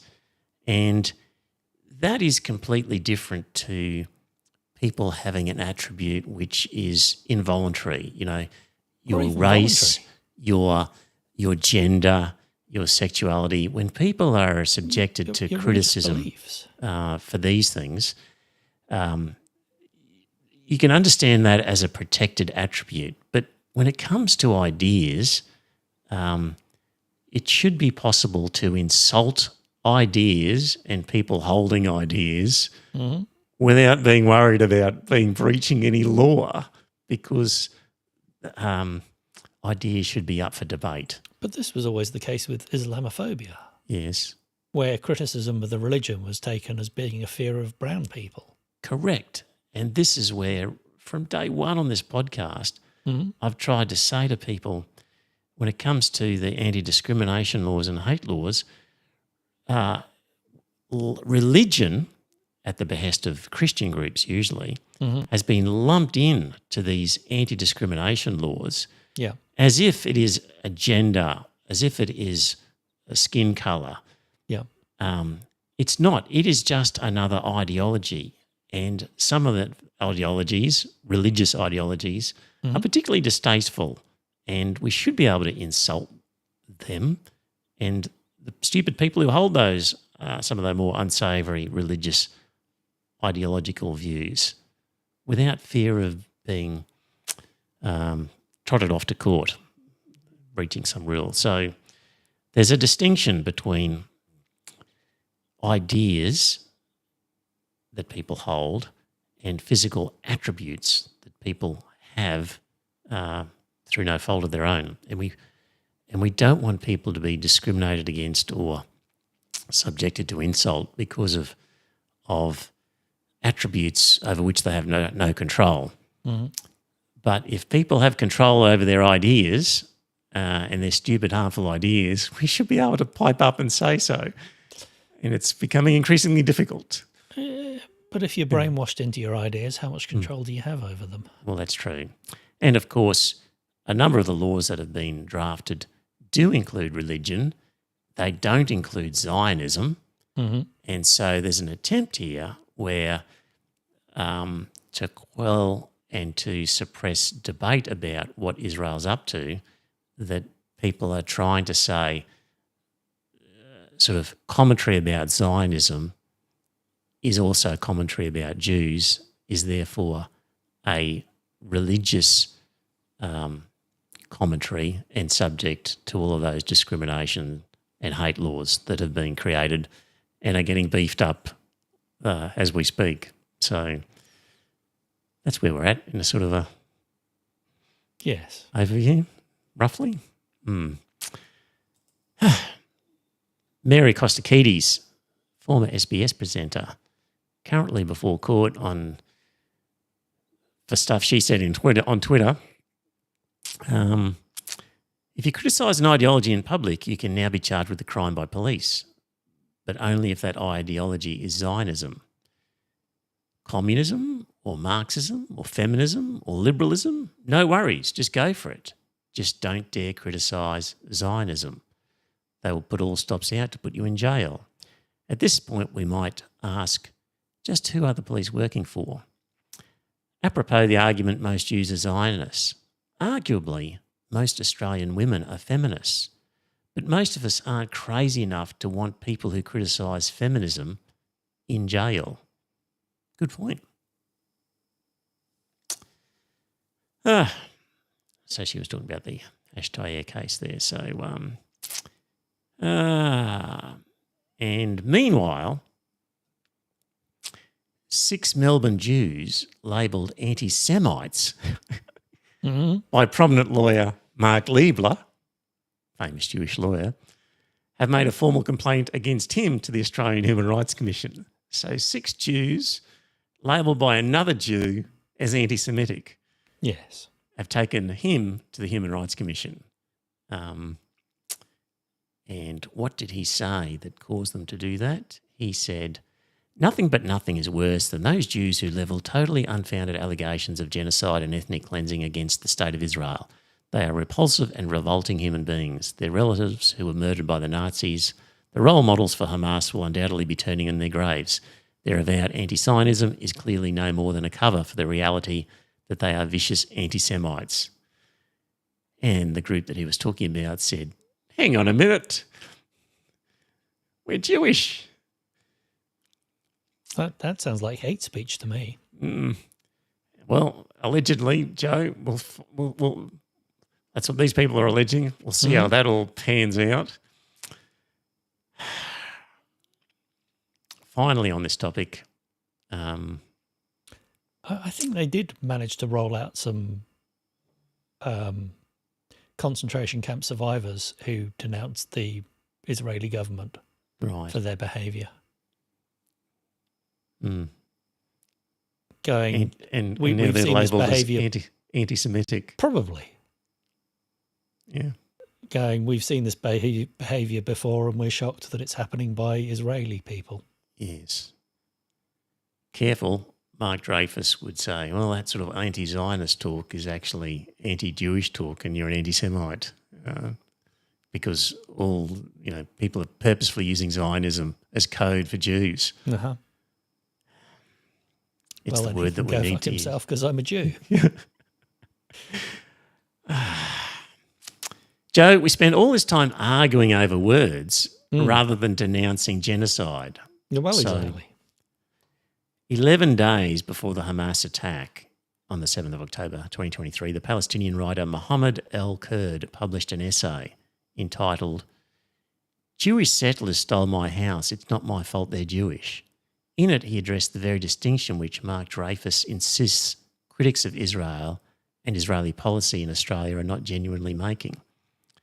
So this Palestinian writer said, "We were instructed to distinguish Jews from Zionists with surgical precision," El-Kurd wrote. "It didn't matter that their boots were on our necks and that their bullets and batons bruised us. Our statelessness and homelessness were trivial. What mattered was how we spoke about our keepers, not the conditions they kept us under, blockaded, surrounded by colonies and military outposts, or the fact that they kept us at all.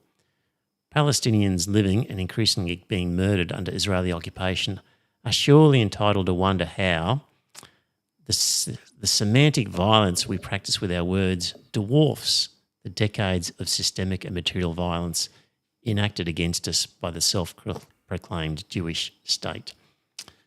Worthwhile remembering that all this talk over words, meanwhile, hardly any talk about the actual genocide itself. Ukraine, Joe.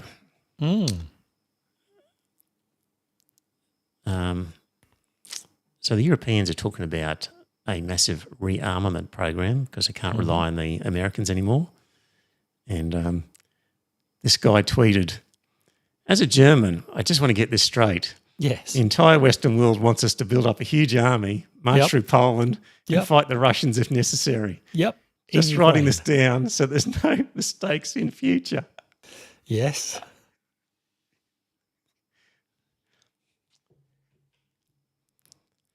That was a good tweet. Mm-hmm. Yep.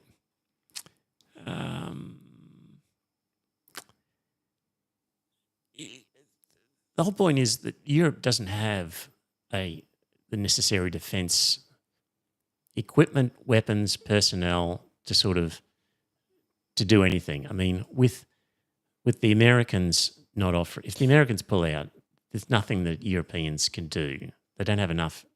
No, my understanding is the Europeans don't have the heavy lift capability. And NATO was always US-led. So the command and control structure, until recently, was always headed up by a US general. So even though they might plan to rearm Europe, it's going to take a long time to do it.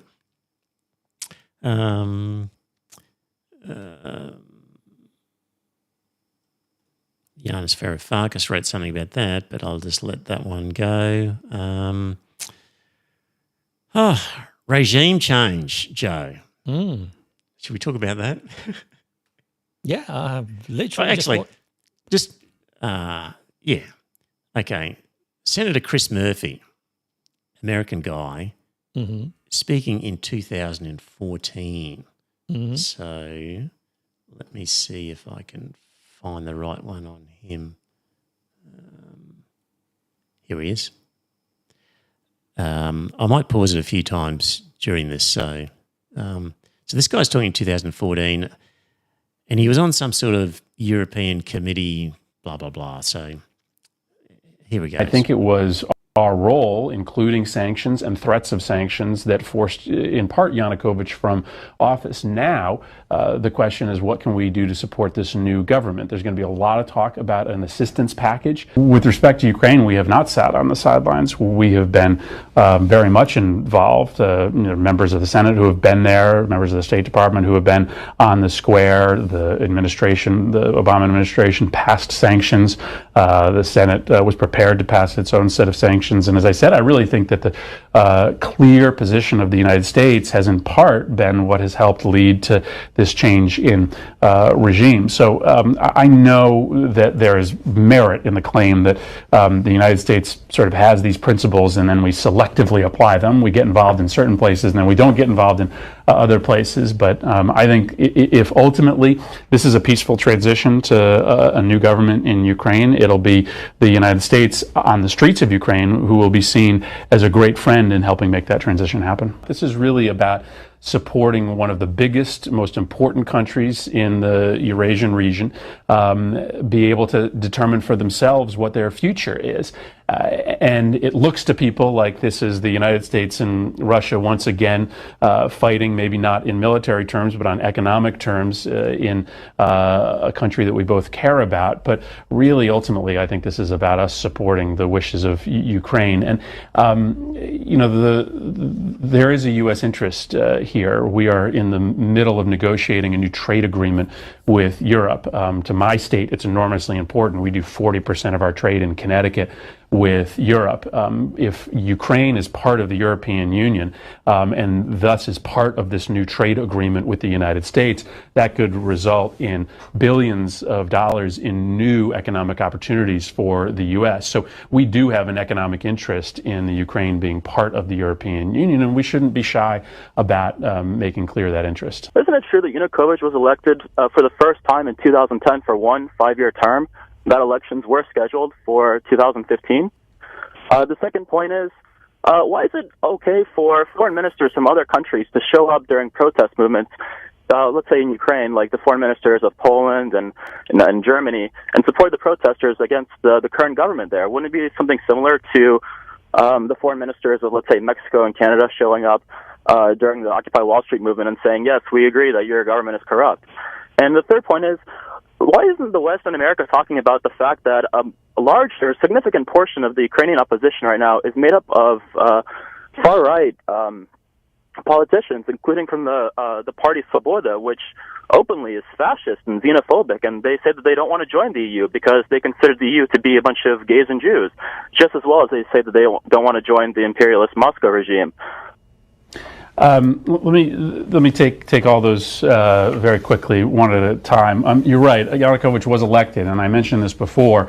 I understand the difficult position here, which is that Yanukovych was elected, and we are not in the business of encouraging rebellions and revolutions on the streets against elected leaders, because we ultimately think that elections, as you mentioned, are the place in which you should settle your differences. The issue here is that Yanukovych lost his legitimacy to govern when he used force to try to break up these protests, and the United States didn't go on to that square in any meaningful way until the president tried to break up the peaceful protests. That's why Senator McCain and I went, and we certainly got a lot of grief from people asking why 2 U.S. senators are going to the square to support a protest movement against an elected government. We did that because we think that there were human rights and civil rights that were violated there, and we've always stood up for that concept. And again, I think that answers your second question as to why you had foreign ministers and foreign leaders who were on that square. It was because we're standing up for the idea that people should be able to lodge protests.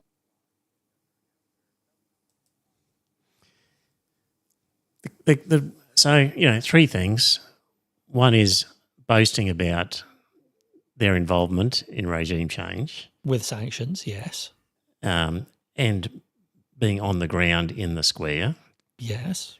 Second was less important, which was, my state's going to make money out of economic stuff. Who cares? But the third one was, oh, look, why are you overthrowing democracies? Like, aren't you in favour of democracies? And his answer was, well, we had to move in for humanitarian reasons. Yeah. Because of the violent crackdowns against protesters. Of the violence. Yes. So this is the key part of all that, I reckon, is if you want to an excuse for regime change, all you need is a violent protest. Okay. And the question is, it's always hard to determine who is responsible for the violent protest. Those poor Burkett were forced to beat the people senseless in front of TV cameras, weren't they? There's lots of evidence about the violence not emanating, a lot of violence not emanating from the government side. Like, if for example, you've spent, I don't know, $5 billion in propaganda in the Ukraine, which the Americans admit to, and if, for example, you are working, Yats is your guy because you're caught on a telephone call. That's you're trying interesting. The telephone call. Yep. Yanukovych approached the leaders of the protest movement and said, if you break up this protest, I'll have I'll have two of you, two of the leaders, as ministers in my government. So the three leaders of the protests went to the US embassy and said, all right, we've been given this opportunity. What do you think of this? And so there was debate inside the US office that was bugged by the FSB that they were talking about, was it a trap? What was the downside? And they basically said one of these three guys is a neo-Nazi. So if two of you come in as ministers, the neo-Nazi is going to be left as the sole leader of the protests, which doesn't look good because then they can dismiss the protests as being led by a neo-Nazi. So of the two that's remaining, which one is going to take up the ministership inside this government? And the answer was, Yats is our guy. Yats is the guy with the most experience. He's already served. And what happens? He was the guy who was the leader of the opposition party. And when the government fell, the leader of the opposition party, strangely enough, became the interim prime minister or president, whatever he was. Right. And did the EU want him? I don't know whether the EU wanted him. It was just that when Newland said, fuck the EU. No, I think that was something else. Yeah. Anyway. But what you don't hear, because it was in Russian, was the conversation from the Kremlin at the same time, talking to their people in Donetsk and Luhansk, who were saying, now is the time to revolt. We will come in and aid you. So if, for example, you're involved in regime change multiple times around the world, and the CIA is involved in regime change. Yeah, Joe, apparently not very good. From the beginning with Mossadegh in Iran, there's a litany of times where the CIA goes in. They've been accused of a lot. The question is actually how competent they are, and apparently that's debatable as to exactly how competent they are. Well, they're pretty competent in Guatemala. They were pretty competent in Chile. They were pretty competent in Iran. They've done it on a number of occasions. They've generally supported an already existing person. They've helped somebody get into power, right? And quite often they've. So you don't think the CIA has a program, an intentional program, of going into countries that they want to convert to a pro-Western viewpoint? I think historically, of providing propaganda and of supporting opposition elements in those countries Yeah, You don't think they're into that? Oh, I do, but right. I don't know how successful they've been. Yeah, but if for example you get to the point where you've spent $5 billion, which they admit to, in Ukraine, to did they for poison propaganda an opposition purposes. leader? Possibly. Did they poison an opposition leader? Dodgy shellfish, strange, disfiguring. I'm not saying the Russians are innocent. Oh no. I'm not saying for a minute that the Russians did nothing. So maybe the Americans did it because they saw the Russians stepping in, and they went, well, maybe we should be doing our own bit of. Who cares who's first? Right. You could argue for who started. Who knows? We'd never know, would we? But if you accept the proposition that the CIA is in the business of regime change and installs US-friendly but that would suggest that the US was interested in Ukraine, and so Bush was, but by all accounts, Obama didn't give a fuck about Ukraine. But we know they spent $5 billion on propaganda in Ukraine. That's on the record. And is it propaganda or is it just the usual investigative reporting? No, it was on journalists and news outlets that they funded that provided a pro-Western viewpoint, and they provided money for people. Because my understanding is they've provided money for independent journalists. I don't know how much of that is pro-Western journalists, but a lot of it was just exposing corruption. And Ukraine was a very corrupt state. $5 billion worth? Over what period of time? I'm not going to convince you. No. But here's the theory that I'll put forward, is if you have spent $5 billion on propaganda in the Ukraine, and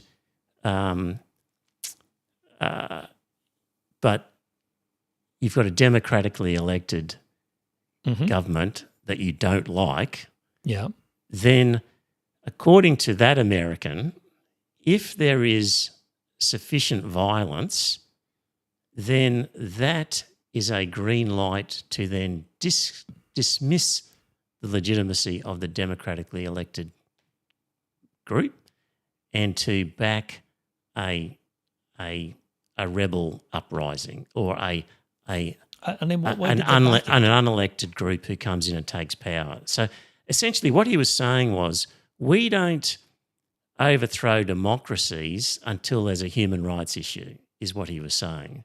And if you were cynical, you could think to yourself, well, let's create a human rights issue. Right. And nobody will know who's responsible, and that gives us the green light. That's where, now you can disagree with me, as you obviously do, but that's a theory that... But if you've spent $5 billion and the Russians have spent $50 billion, how effective is the American propaganda? It's a drop in the ocean. So don't forget, half of Ukraine is within range of Russia's TV transmitters. Yes. And we know that the Russian TV transmitters are not unbiased. Yes. So at least half of Ukraine is getting biased propaganda from the Russian Ministry of Propaganda. I'm not. So maybe the Americans were funding just purely independent journalism. Maybe, Joe. This is the problem with this. Well, the problem is you put up both theories and then people saying which one sounds more plausible to them. So, because we can never prove beyond. No, and this is the whole point of FSB disinformation, is to muddy the water. Yes. So you're never quite sure. But any disinformation on both sides. So that's one side I put forward, and thank you. Yeah. You put forward the other side that says, actually, no, it's the other side. Because the FSB, we know, is great at running disinformation programs. And unlike the Americans, they're not looking for an instant payoff. They will do things that take a long time to mature. This has always been the KGB back in the Cold War would train up people who were raw recruits in the hopes that in 20 years' time they would be in a position of power and would be of use to the KGB. I think the track record of the Americans on this sort of thing is pretty good. So I wouldn't put them as the underdogs when it comes down to a propaganda war. But again, the whole colour revolution thing, there is a known playbook that was written by some pacifist who was saying how great colour revolutions were and why America shouldn't be getting involved in wars. That in fact they should be doing these colour revolutions, and Putin followed the playbook, and it didn't work, which is why he had to invade in 2022. So let me, Jeffrey Sachs, because I've talked about him a lot, and you're going to give some contrary stuff on him, which will be good. So he was invited to speak to the European Parliament recently. So I've got a transcript of what he had to say. So I'll just start with the first part of some of his qualifications. So in it he says, I've watched the events very close up in Eastern Europe, the former Soviet Union, Russia and Ukraine very closely for the last 36 years. I was an advisor to the Polish government in 1989, to President Gorbachev's economic team in 1990 and 1991, to President Yeltsin's economic team in 91 to 93, and President Kuchma's economic team in Ukraine, 93 to 94. I helped introduce the Estonian currency. I helped several countries in former Yugoslavia, especially Slovenia. After the Maidan, I was asked by the new government in Ukraine to come to Kiev, and I was taken around the Maidan and learned a lot of things firsthand. I've been in touch with Russian leaders for more than 30 years. I also know the American political leadership close up. Our previous Secretary of Treasury, Janet Yellen, was my wonderful microeconomics teacher 52 years ago, and we've been friends for a half century. I know these people. I say this because I want to explain, in my point of view, is not secondhand. It's not ideology. It's what I've seen with my own eyes and experienced during this period.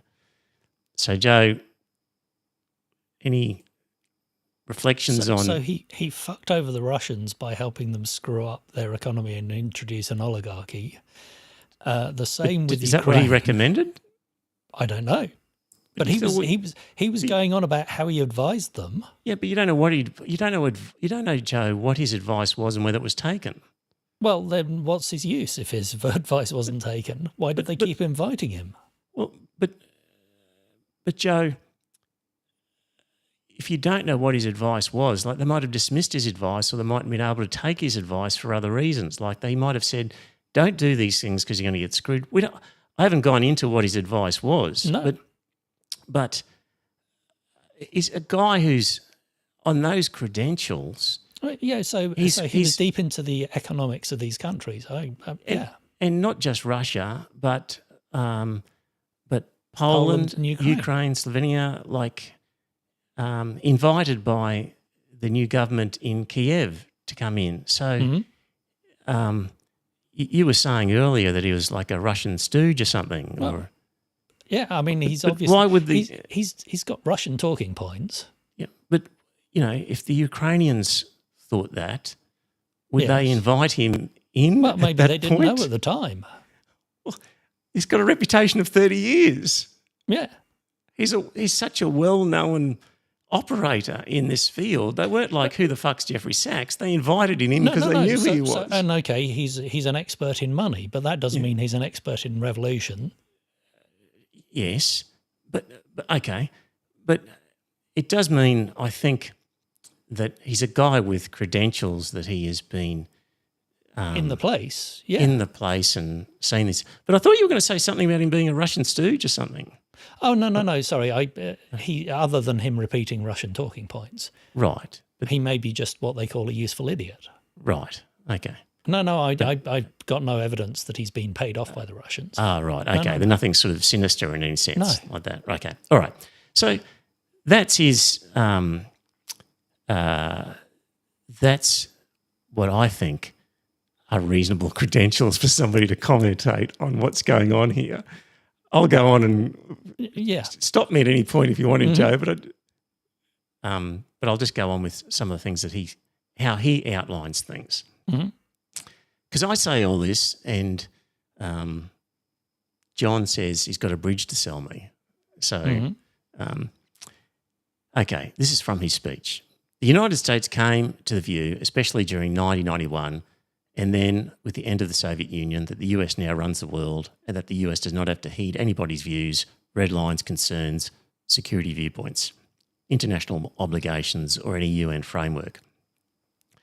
When the Soviet Union ended in 91, the view became even more exaggerated, and I can name chapter and verse. But the view was, we, the US, run the show. Dick Cheney, Paul Wolfowitz, and many other names you would have come to know literally believe this is now a US world and we will do as we want. Incidentally, Joe, you mentioned he knows economics, but it should come through in this, but he deals with a lot of military and foreign policy people that he has very good contacts with. So it is beyond just the economics. But anyway, what happened after 91 is that the United States decided that unipolarity meant that NATO would enlarge somewhere from Brussels to Vladivostok, step by step. You will recall February 7th, 1990, Hans-Dietrich Genscher and James Baker spoke with Gorbachev. Genscher gave a press conference afterwards where he explained that NATO will not move eastward. An understanding was reached that NATO will not move 1 inch eastward. This was an agreement, albeit verbal. And it was but apparently it was extended by James Baker. Right. But as soon as the president heard, he said, no, that's not true. Basically revoke that. So where did he revoke it? Well, he said, you've made that offer, take that offer back. It's basically that's not on the cards. Was that ever communicated to the Russians? Apparently no, because, hang on, Gorbachev was under the impression that it was revoked. No. Apparently Gorbachev went off believing it was on the cards, but apparently they had said, no, it's not. Well, so there was some confusion about it. In this article, in his speech, Sachs says, it was explicit and is in countless documents. Just look up National Security Archive of George Washington University and you can get dozens of documents. It's a website called What Gorbachev Heard About NATO. Take a look, please, because everything you're told by the US about this promise is a lie. But the archives are perfectly clear. Many of the documents are here and here. So he's got links for those. Patrons who get the show notes, you can click on the links. If you're not a patron, maybe you should become one. Anyway. So the decision was taken by Clinton in 94 to expand NATO all the way to Ukraine. This is a long-term US project. It's not due to one administration or another. This is a US government project that started more than 30 years ago. 30-year project. Ukraine and Georgia were the keys to the project. Why? You surround Russia in the Black Sea and you deny Russia access to the Eastern Mediterranean.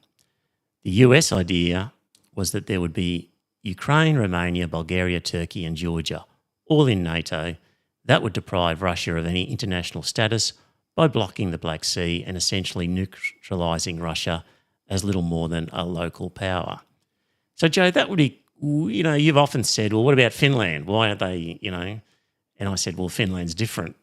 But all you need is Turkey blocking the Bosphorus. Well,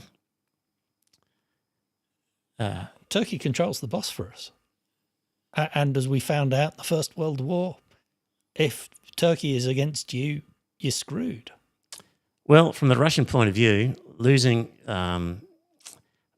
according to Sachs, it was the US idea that by getting Ukraine, Romania, Bulgaria and Turkey and Georgia, then that would be crippling Russia. Anyway, bombing Belgrade 78 days straight in 1999 was part of this project. We'll get onto that later. So NATO enlargement started in 99 with Hungary, Poland and the Czech Republic. Russia was extremely unhappy about it, but these were countries still far from Russia's border. Russia protested, but of course to no avail. This is all, of course, still Jeffrey Sachs's speech to the EU. After 1999, the next round of NATO enlargement came in 2004 with 7 more countries, the 3 Baltic states, Romania, Bulgaria, Slovenia and Slovakia. At this point, Russia was pretty upset. The second wave of NATO enlargement was a complete violation of post-war order agreed at the time of German reunification. As everybody recalls, because we just had the Munich Security Conference last week, Putin went to the Munich Security Conference in 2007 to say, stop, enough is enough. Of course, the US did not listen. By 2008, I listened to Mr. Saakashvili in New York City when he spoke at the Council on Foreign Relations. He told us that Georgia is in the heart of Europe and as such would join NATO. I walked out and called my wife and said, this man's crazy, he's going to blow up his country. A month later, war broke out between Russia and Georgia, in which Georgia was defeated. In 2008, as everybody knows, our former CIA director, William Burns, who at the time was US ambassador to Russia, sent a long diplomatic cable back to Secretary of State Condoleezza Rice, which famously was entitled Niet means Niet. The message was that NATO enlargement was opposed by the entire Russian political class, not just President Putin. We know about the cable from Julian Assange. Believe me, not one word is told to the American people. We have Julian Assange to thank for the memo. As you know, Yankovic was elected as president in 2010 on the platform of Ukraine's neutrality. Russia had no territorial interests or designs in Ukraine at all. He was elected on the grounds that he was going to integrate with Europe because the Ukrainians had seen how successful Poland was in integrating with Europe and how Poland's economy was now much larger than Ukraine's, and they wanted a slice of that action. So, okay, I'll get on to more of Yankovic later. Yanukovych, thanks. Yeah. He says, I know, I was there on and off during these years. What Russia was negotiating in 2010 was a 25-year lease to 2042 for Sevastopol Naval Base. That's it. There were no Russian demands for Crimea or for the Donbass, nothing like that at all. But as soon as Sevastopol was part of, was a Russian lease, then Ukrainian territory wasn't a sovereign. So it couldn't have joined NATO. NATO doesn't allow people to join if they've leased out a naval base? Yeah. So you have to have territorial integrity before you can join NATO. So why were they applying to join NATO? Because, well, they wanted... Were they going to renege on the lease of the naval base? I don't know. So basically Europe... no, it wasn't Europe, it was the US. The US gave them a plan that said in however many years, once you've done these things, you could be possibly allowed to join NATO if every member country agrees and votes and says you're allowed in.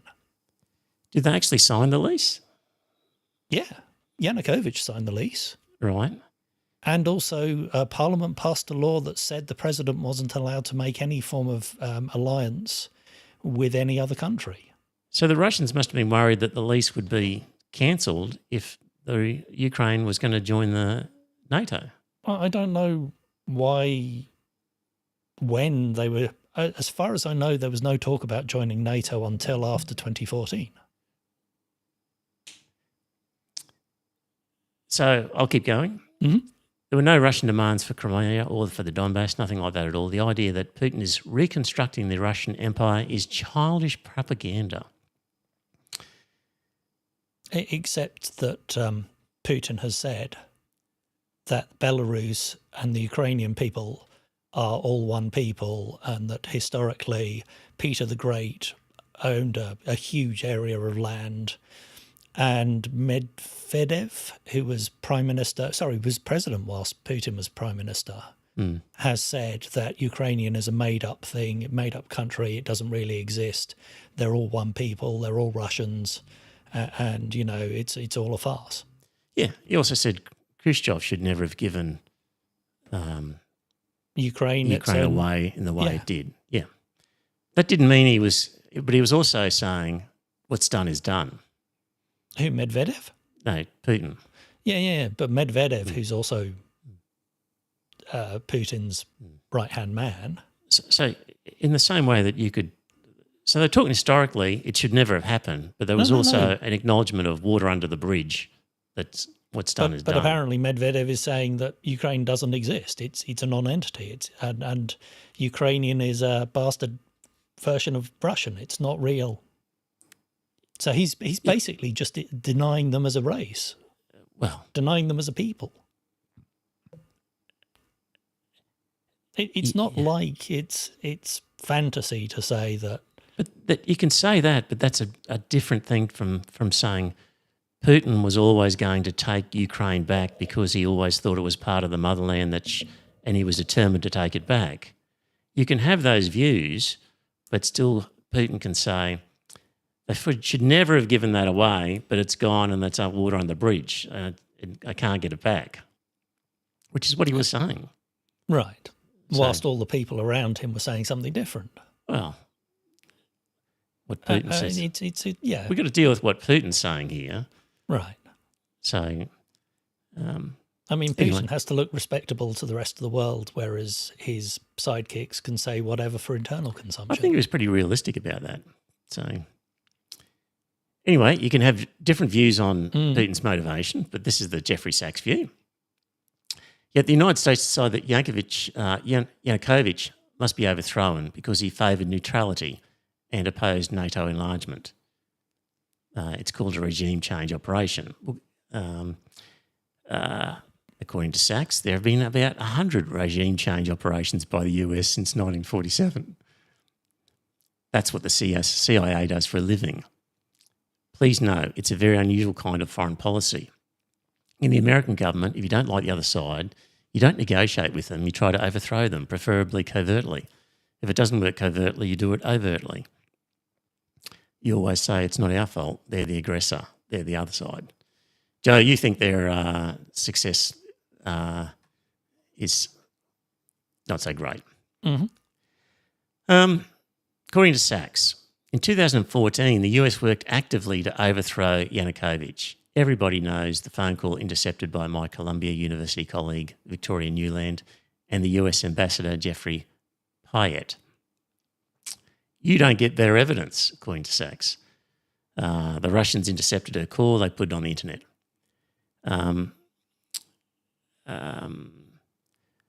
When the Maidan occurred, I was called soon after. Professor Sachs, the new Ukrainian Prime Minister would like to see you to talk about the economic crisis. So I flew to Kiev and I was walked around the Maidan and I was told how the US paid the money for all the people around the Maidan, the spontaneous revolution of dignity. So that's Sachs saying he's told by the new government of how the US paid for the money for the people around the Maidan. Anyway, ladies and gentlemen, please, how did all those Ukrainian media outlets suddenly appear at the time of the Maidan? Where did all this organisation come from? Where did all these buses come from? Where did all these people come from? Are you kidding? This is an organised effort. It's not a secret, except perhaps to citizens of Europe and the United States. Everyone else understands it quite clearly. Then after the coup came the Minsk agreements, especially Minsk II. In Minsk II agreement was endorsed by the United States Security Council through Resolution 2202. Yet the United States and Ukraine decided it would not be enforced. Trump won the 2016 election, expanded arms shipments to Ukraine. There were many thousands of deaths in the shelling by Ukraine in the Donbass. There was no implementation of the Minsk II agreement. At the end of 21, Putin put on the table a last effort to reach a modus operandi with the US in two security agreement drafts, one with Europe, one with the United States. He put the Russia-US draft agreement on the table December 15, 2021. According to Sachs, he says, following that, I had an hour-long call with National Security Advisor Jake Sullivan in the White House, begging, Jake, avoid the war. You can avoid this war. All the US has to do is say, NATO will not enlarge in Ukraine. And he said to me, oh, NATO's not going to enlarge to Ukraine. Don't worry about it. And I said, Jake, say it publicly. No. We can't say it publicly. I said, Jake, you're not going to have a war over something that isn't going to happen. And he said, don't worry, Jeff, there will be no war. So this is Sachs talking with National Security Advisor. He says, they're not very bright people, I'm telling you. If I can give you my honest view, they're not very bright people. They talk to themselves. They don't talk to anyone else. They play game theory. In non-cooperative game theory, you don't talk to the other side. You just make your strategy. This is the essence of non-cooperative game theory. It's not negotiation theory. It's not peacemaking theory. He goes on. So in terms of the Maidan, I just read a book by an American journalist who speaks fluent Russian, lived in Moscow, and was also at the Maidan. And he was talking to the people who were on the ground in Russian, because he said, yeah, these people are bilingual. And in fact, they looked at him as an idiot because he only spoke Russian. He didn't speak both. And he said these people were pissed off because they wanted to be closer to Europe. And Putin was basically pissed off that they were getting close to Europe and promised to cut off the gas and withhold money.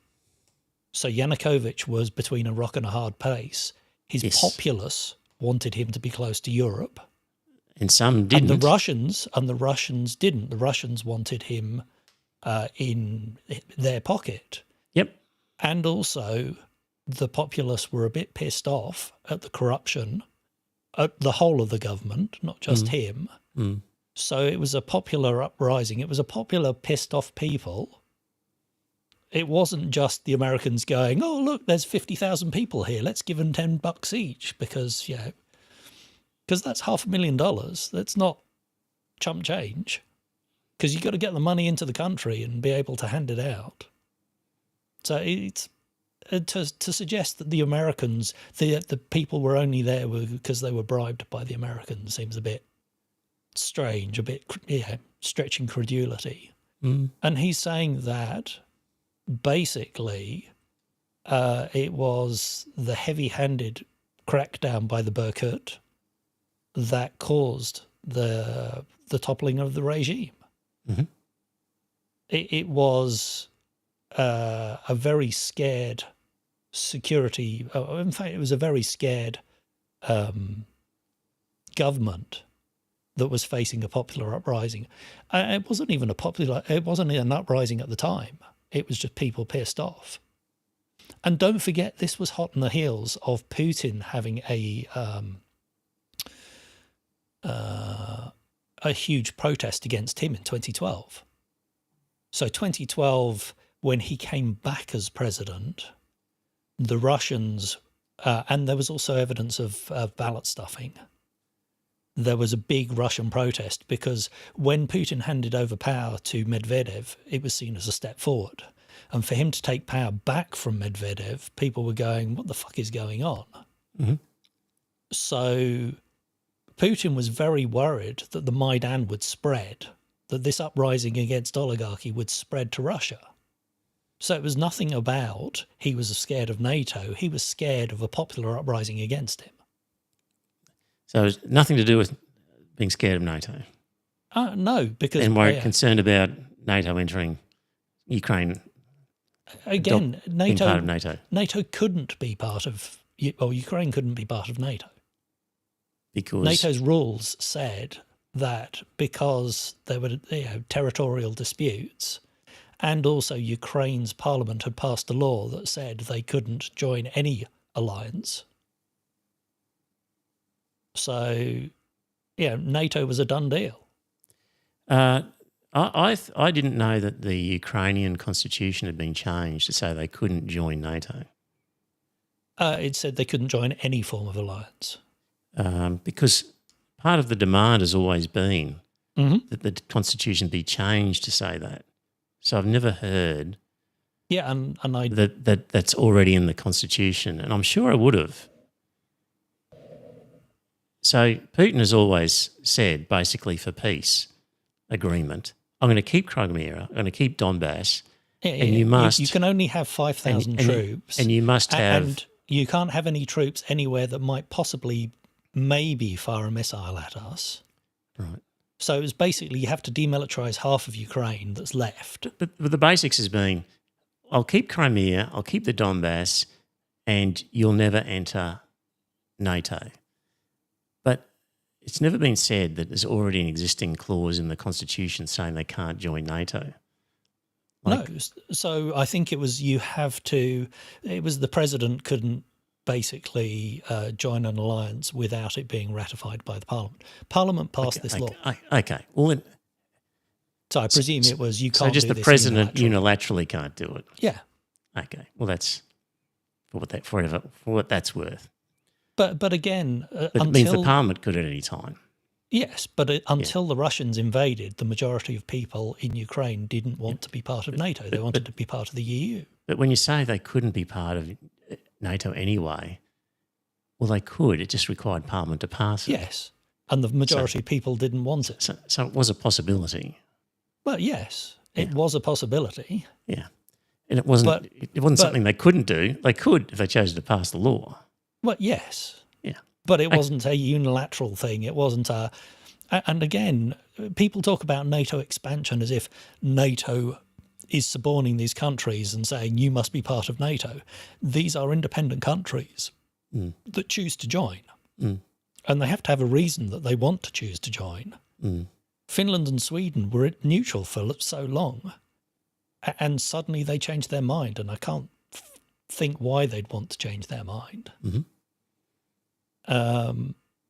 Poland apparently blackmailed the US into allowing them because the US was against Poland joining. Right. Poland literally... How'd they blackmail them? So apparently I can't remember what the first thing was, but eventually they went, because it was Clinton in power, they started courting the Republicans and going, hey, we'll support you, we'll give you help, we'll allow you to seem more... They entered into a regime change operation in the US. So they were supporting the opposition in the US. Yep. And so the Republicans introduced a bill into Congress saying that they would allow Poland, basically, or I think any Eastern European country, to join NATO. All right. I've let you have your pushback on that bit, Joe. I'll keep going. Give me two... Well... Yeah, you carry on, but I need to go for a second. Well, I have to tell you what, I need a drink of water as well. Dear listener, all right, 2 minutes and we'll be back, because I just got to top up my water as well. Everyone can get a drink.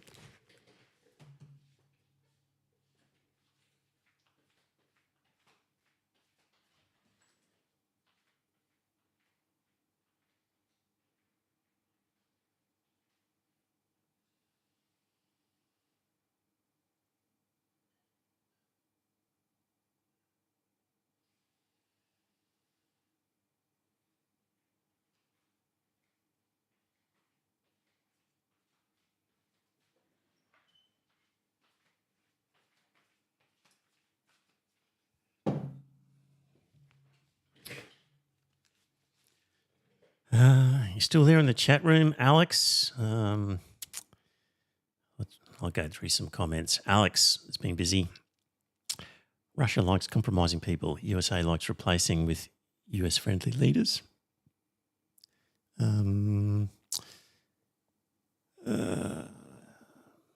Earlier on, Essential Lord Don, I think being offended is offensive.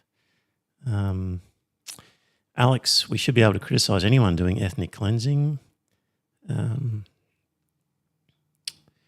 Alex, I saw an anti-genocide protest and it was 20% police by numbers. Union protest at the same site 3 weeks earlier and 10 times as many people and had no police presence at any time.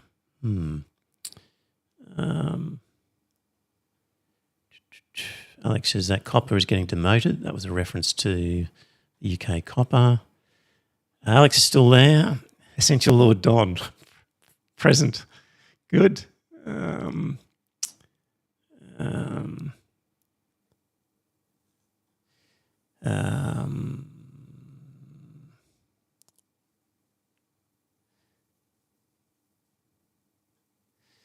Alex Damn, I'd love to find out in a few years he wears dresses at home. That's about JD Vance. Yes. Essential Lord Don, if we do get into a conflict with the US, we have emus and kangaroos as shock troops. The Yanks won't know what hit them. Don't forget the drop bears, Essential Lord Don.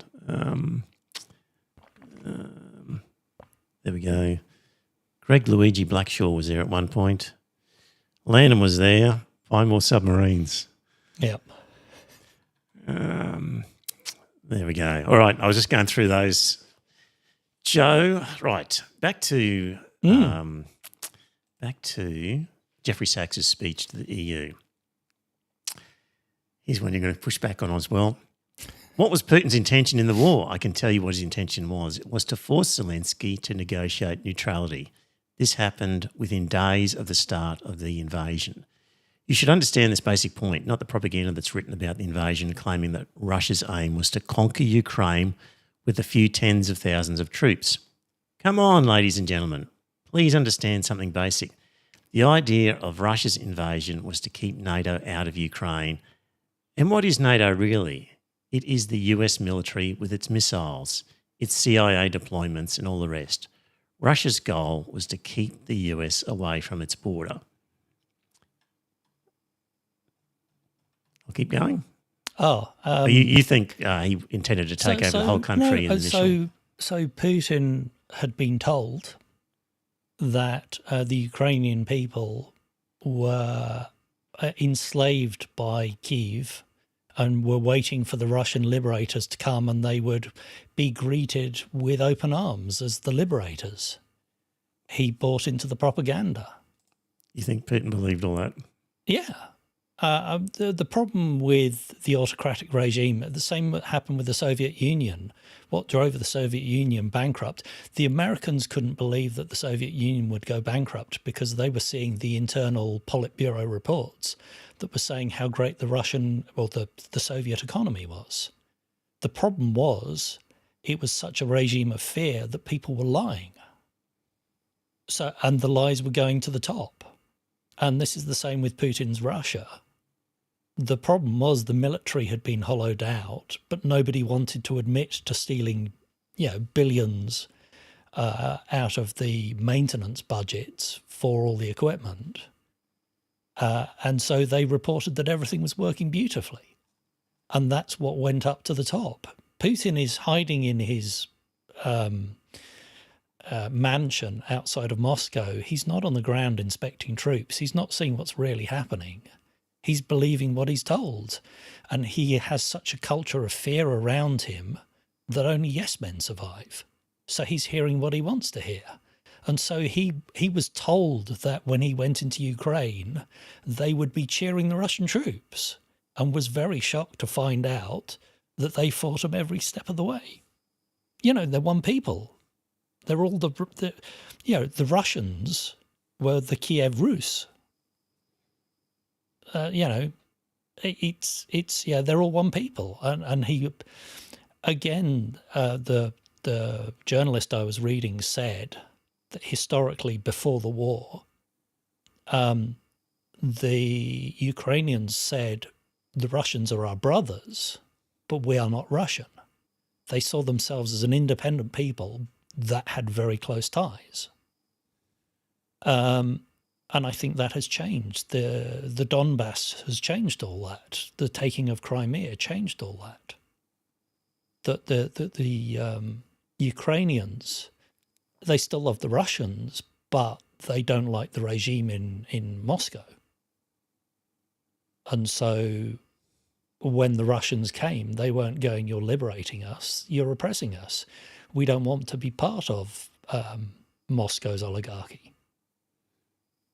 We want to be closer to Europe. Europe is a much better economy. Europe is a much better trading partner for us. So Putin swallowed his own propaganda. Yeah, which is why when they invaded, they did want to take Ukraine. They thought that they would win it in days. They thought that the Ukrainian army was a rabble. And to be fair, the rest of the world did as well. Honestly, the reason why there weren't Western weapons in Ukraine was because everybody thought that the second most powerful army in the world would take Ukraine within days. So how do we know what was in Putin's mind to back this up? Well, we're guessing. Right. But we do know that the populist media at the time was that the Ukrainians were just waiting to be liberated from the neo-Nazis. Next part's good. When Zelensky said a few days after Russia's invasion that Ukraine was ready for neutrality, a peace agreement was in reach. I know the details of this because I talked to key negotiators and mediators in detail and have learned much from public announcements of others. Shortly after the start of negotiations in March 2022, a document was exchanged between the parties that President Putin had approved and that Lavrov had presented. That was being managed by the Turkish mediators. I flew to Ankara in the spring of 2022 to hear firsthand and in detail what happened at that mediation. The bottom line is this: Ukraine walked away unilaterally from a near agreement. Why did Ukraine walk away? Because the United States told them to, and because the UK added icing to the cake by having Boris Johnson go to Kiev in early April to Ukraine to make the same point. Or it was because Ukraine had managed to hold off. Kiev wasn't captured, and they went, why should we negotiate now? We were in a position where we were trying to eke out the best deal we could because we thought we were facing an army that we couldn't take on. And we discovered that it was a paper tiger we were fighting. Why would you negotiate a surrender if you think you're going to win? So the point of this is that that Sachs is saying that from talking with the negotiators, the reason Ukraine walked away was they were told by the Americans to walk away. He's talked to the negotiators and they've said that because apparently Boris Johnson has denied it and other people who were there have denied it. Yeah, so there's you can make your choice, dear listener, as to believing Jeffrey Sachs's representation of what the negotiators said or Boris Johnson. Well, he said that the negotiators had agreed a proposal. I don't know that he's saying that the negotiators have said that they were told to walk away, or he's picked this up from other places that the Ukrainians were told to walk away. Well, what does he say here? This was being managed by the Turkish mediators. I flew to Ankara in the spring of 2022 to hear firsthand and in detail what happened in the mediation. The bottom line is this: Ukraine walked away unilaterally. Why did they walk away from the negotiations? Because the United States told them to. I mean, he's saying pretty much clearly he's not surmising it. It's what the Turkish mediators told him had happened. But again, if you've got somebody feeding you information in negotiations, do you say, I'm going to not bother with that, the Americans have told me? Or are you just going to go, no, this isn't acceptable, we're going to walk away, these aren't the terms we want? Well, you're not going to say the Americans have told me this. Well, it's pretty clear from this that the Turkish mediators told Sachs the reason it broke down was because the Americans told the Ukrainians walk away. And again, maybe the Turkish mediators are guessing this. I can't imagine that the Ukrainians said, we're walking away because we've been told to. You're showing your hand, and you don't do that in negotiations. Well, they were walking away. I can easily imagine they said, we're walking away, and the Turkish said, what? Why? We're this close. What are you doing? And they said, well, the Americans have told us to.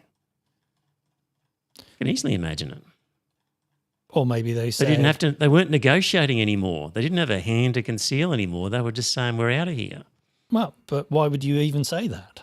Well, it became... Or maybe you're saying that as disinformation because they didn't want to say, actually, we've turned the tide.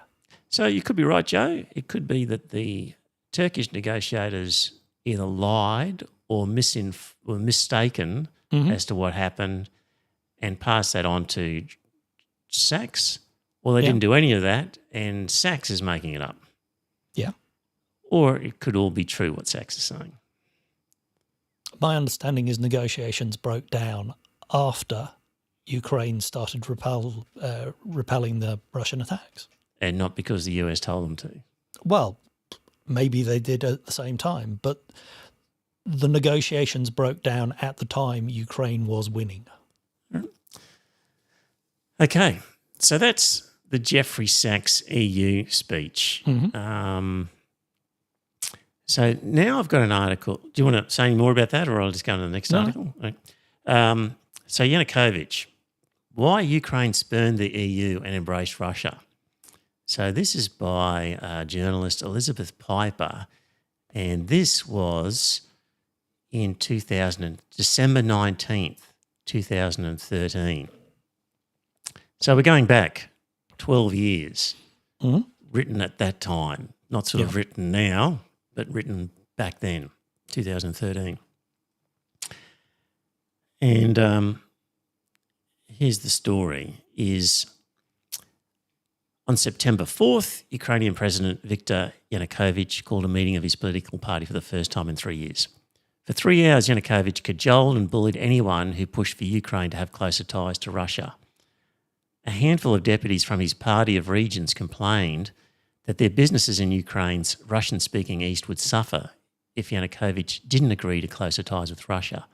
That set him off. "Forget about it forever," he shouted at them, according to people who attended the meeting. Instead, the president argued for an agreement to deepen trade and other cooperation with the European Union. Some deputies implored him to change his mind. People who attended the meeting told Reuters businessmen warned that a deal with the EU would provoke Russia, Ukraine's former master in Soviet times, into toughening an economic blockade on Ukrainian goods. Yanukovych stood firm. "We will pursue integration with Europe," he barked back, according to 3 people who attended the meeting.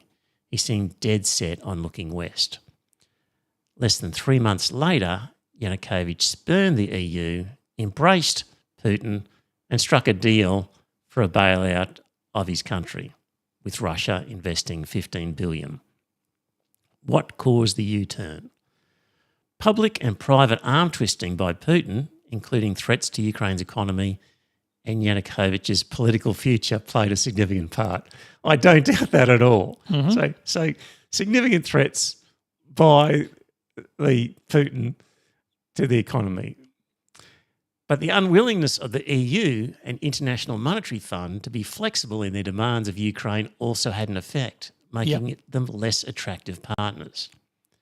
And amid this international tug of war, Yanukovych's personal antipathy towards his jailed political rival, Yulia Tymoshenko, was a factor.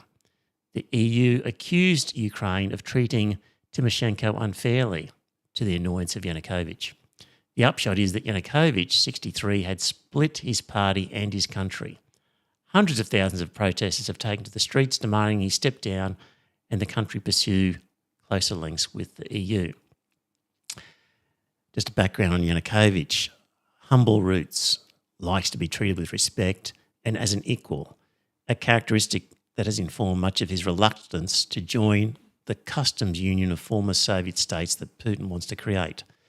Colleagues describe the burly leader as an intuitive politician who cannot abide being patronised. Inna Bohoslovska,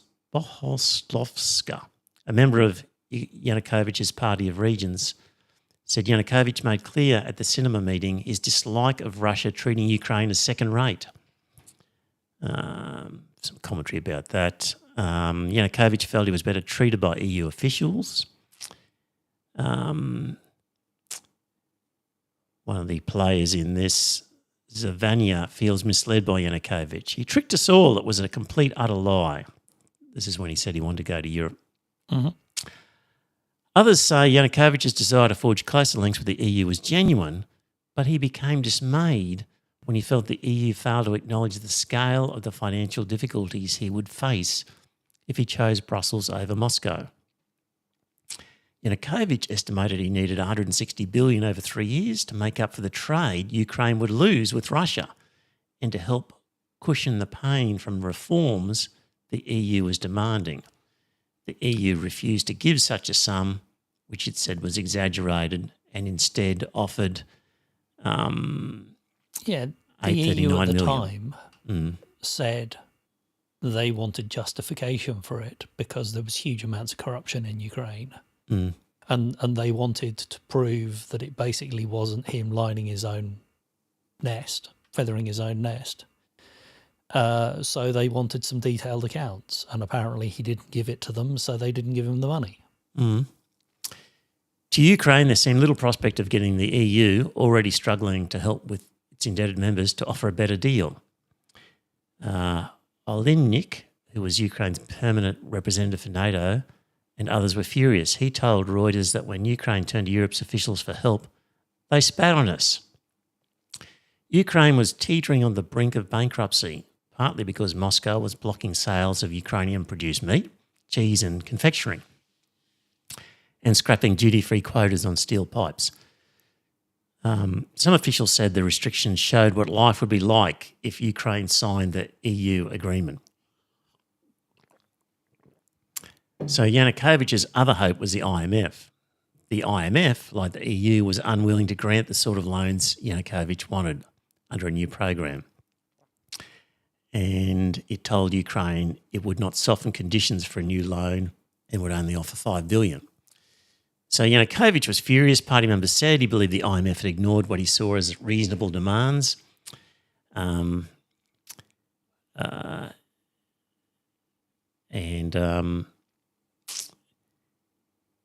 Let's talk about Tymoshenko, that the EU and the IMF are wanting him to treat Tymoshenko better. He'd thrown her in jail because she'd exposed his corruption. And so he didn't like that. Obviously, Putin wasn't making the same demands, Joe. So Yanukovych was also offended when he found out that Kiev would not be offered a firm prospect of full membership of the EU.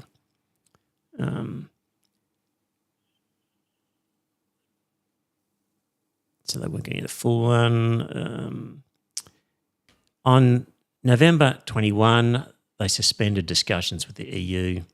EU negotiators had no time to renegotiate before a meeting in the Lithuanian capital 7 days later, where Yanukovych had been expected to sign agreement with the EU. He failed to do so. Yanukovych knew there would be a cost whichever way he turned. Spurning Putin would likely bring economic damage. Spurning the EU has brought political damage.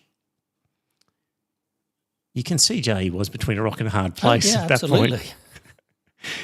And this article, at the conclusion of it, now this is back in 2013, Ukraine is at a crossroads and there is a huge boulder there.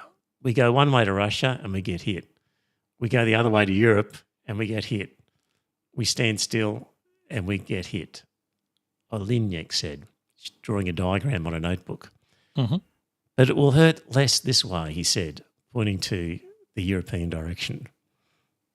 I think he might have got that wrong.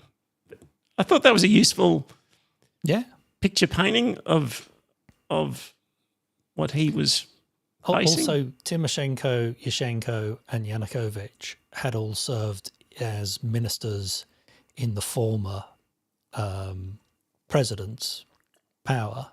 And then when Yanukovych was kicked out because of the trumped-up elections in 2004, and Yushchenko took over, he had Tymoshenko as his prime minister for a while until he had a falling out with her, and then he took Yanukovych on as his prime minister until he had a falling out with him and kicked him out and took Tymoshenko back. So they were all in their own it's not like these are opposition parties. Mm. They all had worked together. They had all been in power together. So it's worth knowing that this isn't complete opposite ends of the spectrum. Mm-hmm. These people had all been in power together. Mm-hmm. This was minor squabbling between them. At various times, they were friends and enemies. Apparently Yushchenko really didn't get on with Tymoshenko personally, but she was somebody he could work with. Mm-hmm. Anyway, good background on that one, and interesting that it was written at that time. Joe, we've talked about the Russian economy. I've said it's going gangbusters. You're saying on the ground it's not good for people. I mean, it's on a war footing, which means the government is borrowing heavily. Cost of inflation is going up because you've got too few people for too many jobs. Just a comment in the chat room, Essential Lord Don sounds like an episode of Home and Away. Talking about I can't say I've ever seen it. But the Ukrainian Parliament. Yes. Yeah. Could be, yeah. Thanks, Essential Lord Don. There's 7 people watching. You could all just say hello if you're there, even if you just say hello. So anyway, I've got this article from the internationalbanker.com on October, now this was written November 2024. On October 22nd, International Monetary Fund released the latest edition of its World Economic Outlook, published twice a year. The report's October issue confirmed that the organisation expects the Russian economy to grow by 3.6% this year. That's a pretty good growth rate, comfortably ahead of the United States, 2.8, Germany, 0, France, 1.1, and the United Kingdom, 1.1. So healthy growth rate for Russian economy. By June, the World Bank had confirmed that Russia had overtaken Germany and Japan to become the 4th largest economy in the world using purchasing power parity method of GDP calculation. That's a pretty fair effort, Joe. 4th largest economy in the world. Yeah. The Russian government is spending huge amounts of money at the moment. That's going to be great for an economy. Well, you've got to be selling lots of stuff. Like that's not just the Russian government is buying lots of ammunition. Yeah, well, but they're also selling lots of oil and gas, and like the economy's at a deflated price. Oil prices are shit at the moment. Well, okay, I'm just saying, 4th largest economy. Russia doesn't have that many. What's the population of Russia? Can somebody? How's it go in terms of? It's a couple of 100 million, if I remember correctly. Okay, it goes on. Given the painful economic headwinds Russia has faced since the outbreak of war, how is this possible? According to Petya Koeva-Brooks, Deputy Director of the IMF's Research Department, 4 key factors explain the resilience of the Russian economy in the face of sanctions. First, oil export volumes have held steady. Second, we've seen a lot of strength in corporate investment, including by state-owned enterprises. The third, we've seen a lot of robustness in private consumption that has underpinned growth. And last but not least, we've had the impact from government spending. So 4 factors here. Well, the headline GDP... 145 million is the population. And how does that, James, compare to... How does it rank in world populations? Like if it's the 4th largest economy... But what's its population ranking compared to other countries? Oh, it's going to be... I mean, there's a lot of countries in the global south. So, yeah, China's a billion. India's a billion. Indonesia's a few hundred million. Places like Brazil and... that have got a the lot. US is 300 million. Yep. So it's probably 10th. So 4th is a pretty good result in terms of economy. Anyway, why While headline GDP figures do indeed impress, that's not to say Russia does not face distinct downside risks.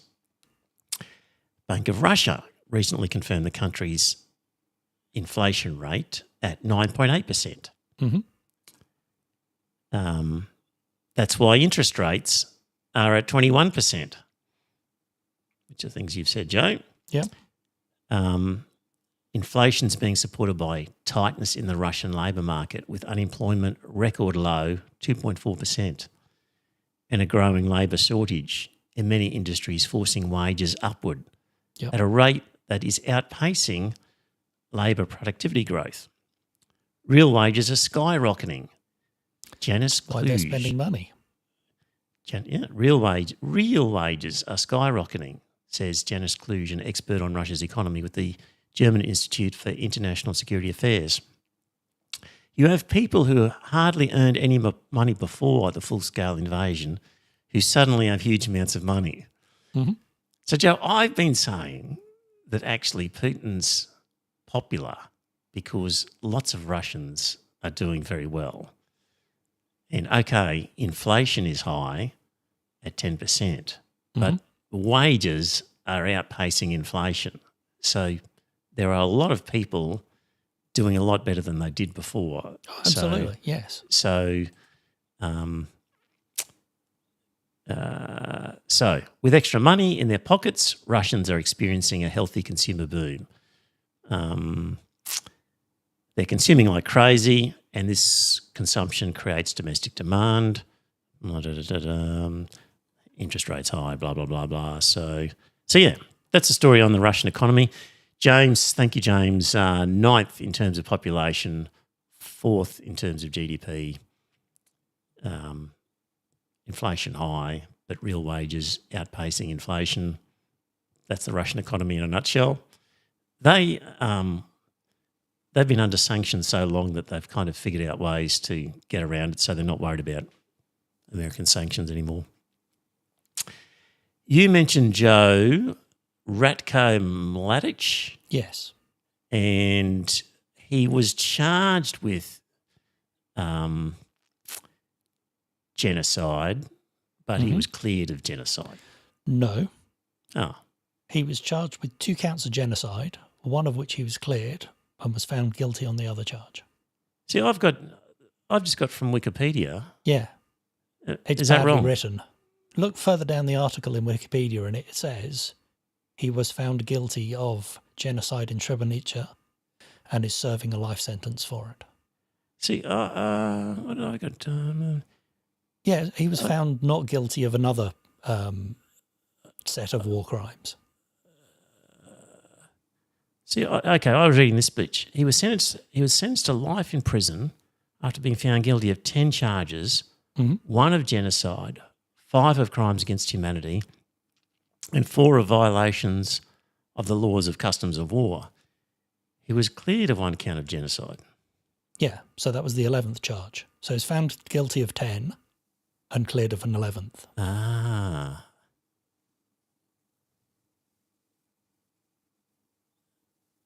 I have to read that again. I have to go back to that one because I thought that was just the answer to that one. No. Do you want to talk about genocide in let me just before we do, let's just quickly let's go back to that one. But I think Kursk has been overrun now, Joe. Are we like the Ukrainians? I don't know. The Russians have been saying it's overrun. I don't know. We've also got Elon Musk threatening to take out Starlink. That's a reason, dear listener, why billionaires are dangerous when they can decide the course of wars. Poland got into a big argument with him because Poland are saying, but we're paying the bill. It's not like they're getting this for free. Right. And lots of countries are looking very closely at any relationships they have with Starlink on the grounds that if Elon feels he can turn it off on a whim, do they want to be doing business with him? Yeah. You know what? I reckon at 10:24, I shouldn't open the can of worms on NATO and all that, and Serbia. I'll do that for next week. Okay. But I do need to be up early. I've actually got a hospital appointment tomorrow morning. There you go, dear listener. Oh, James. India, China, United States, Indonesia, Pakistan, Nigeria, Brazil, Bangladesh, Russia, Ethiopia. There we go. Right. Thanks for everyone in the chat room who's still there, all 6 of you. That was a long episode. Scott will be heartbroken he missed out. He'll be thankful. We'll be back next week with more. Bye for now. All right.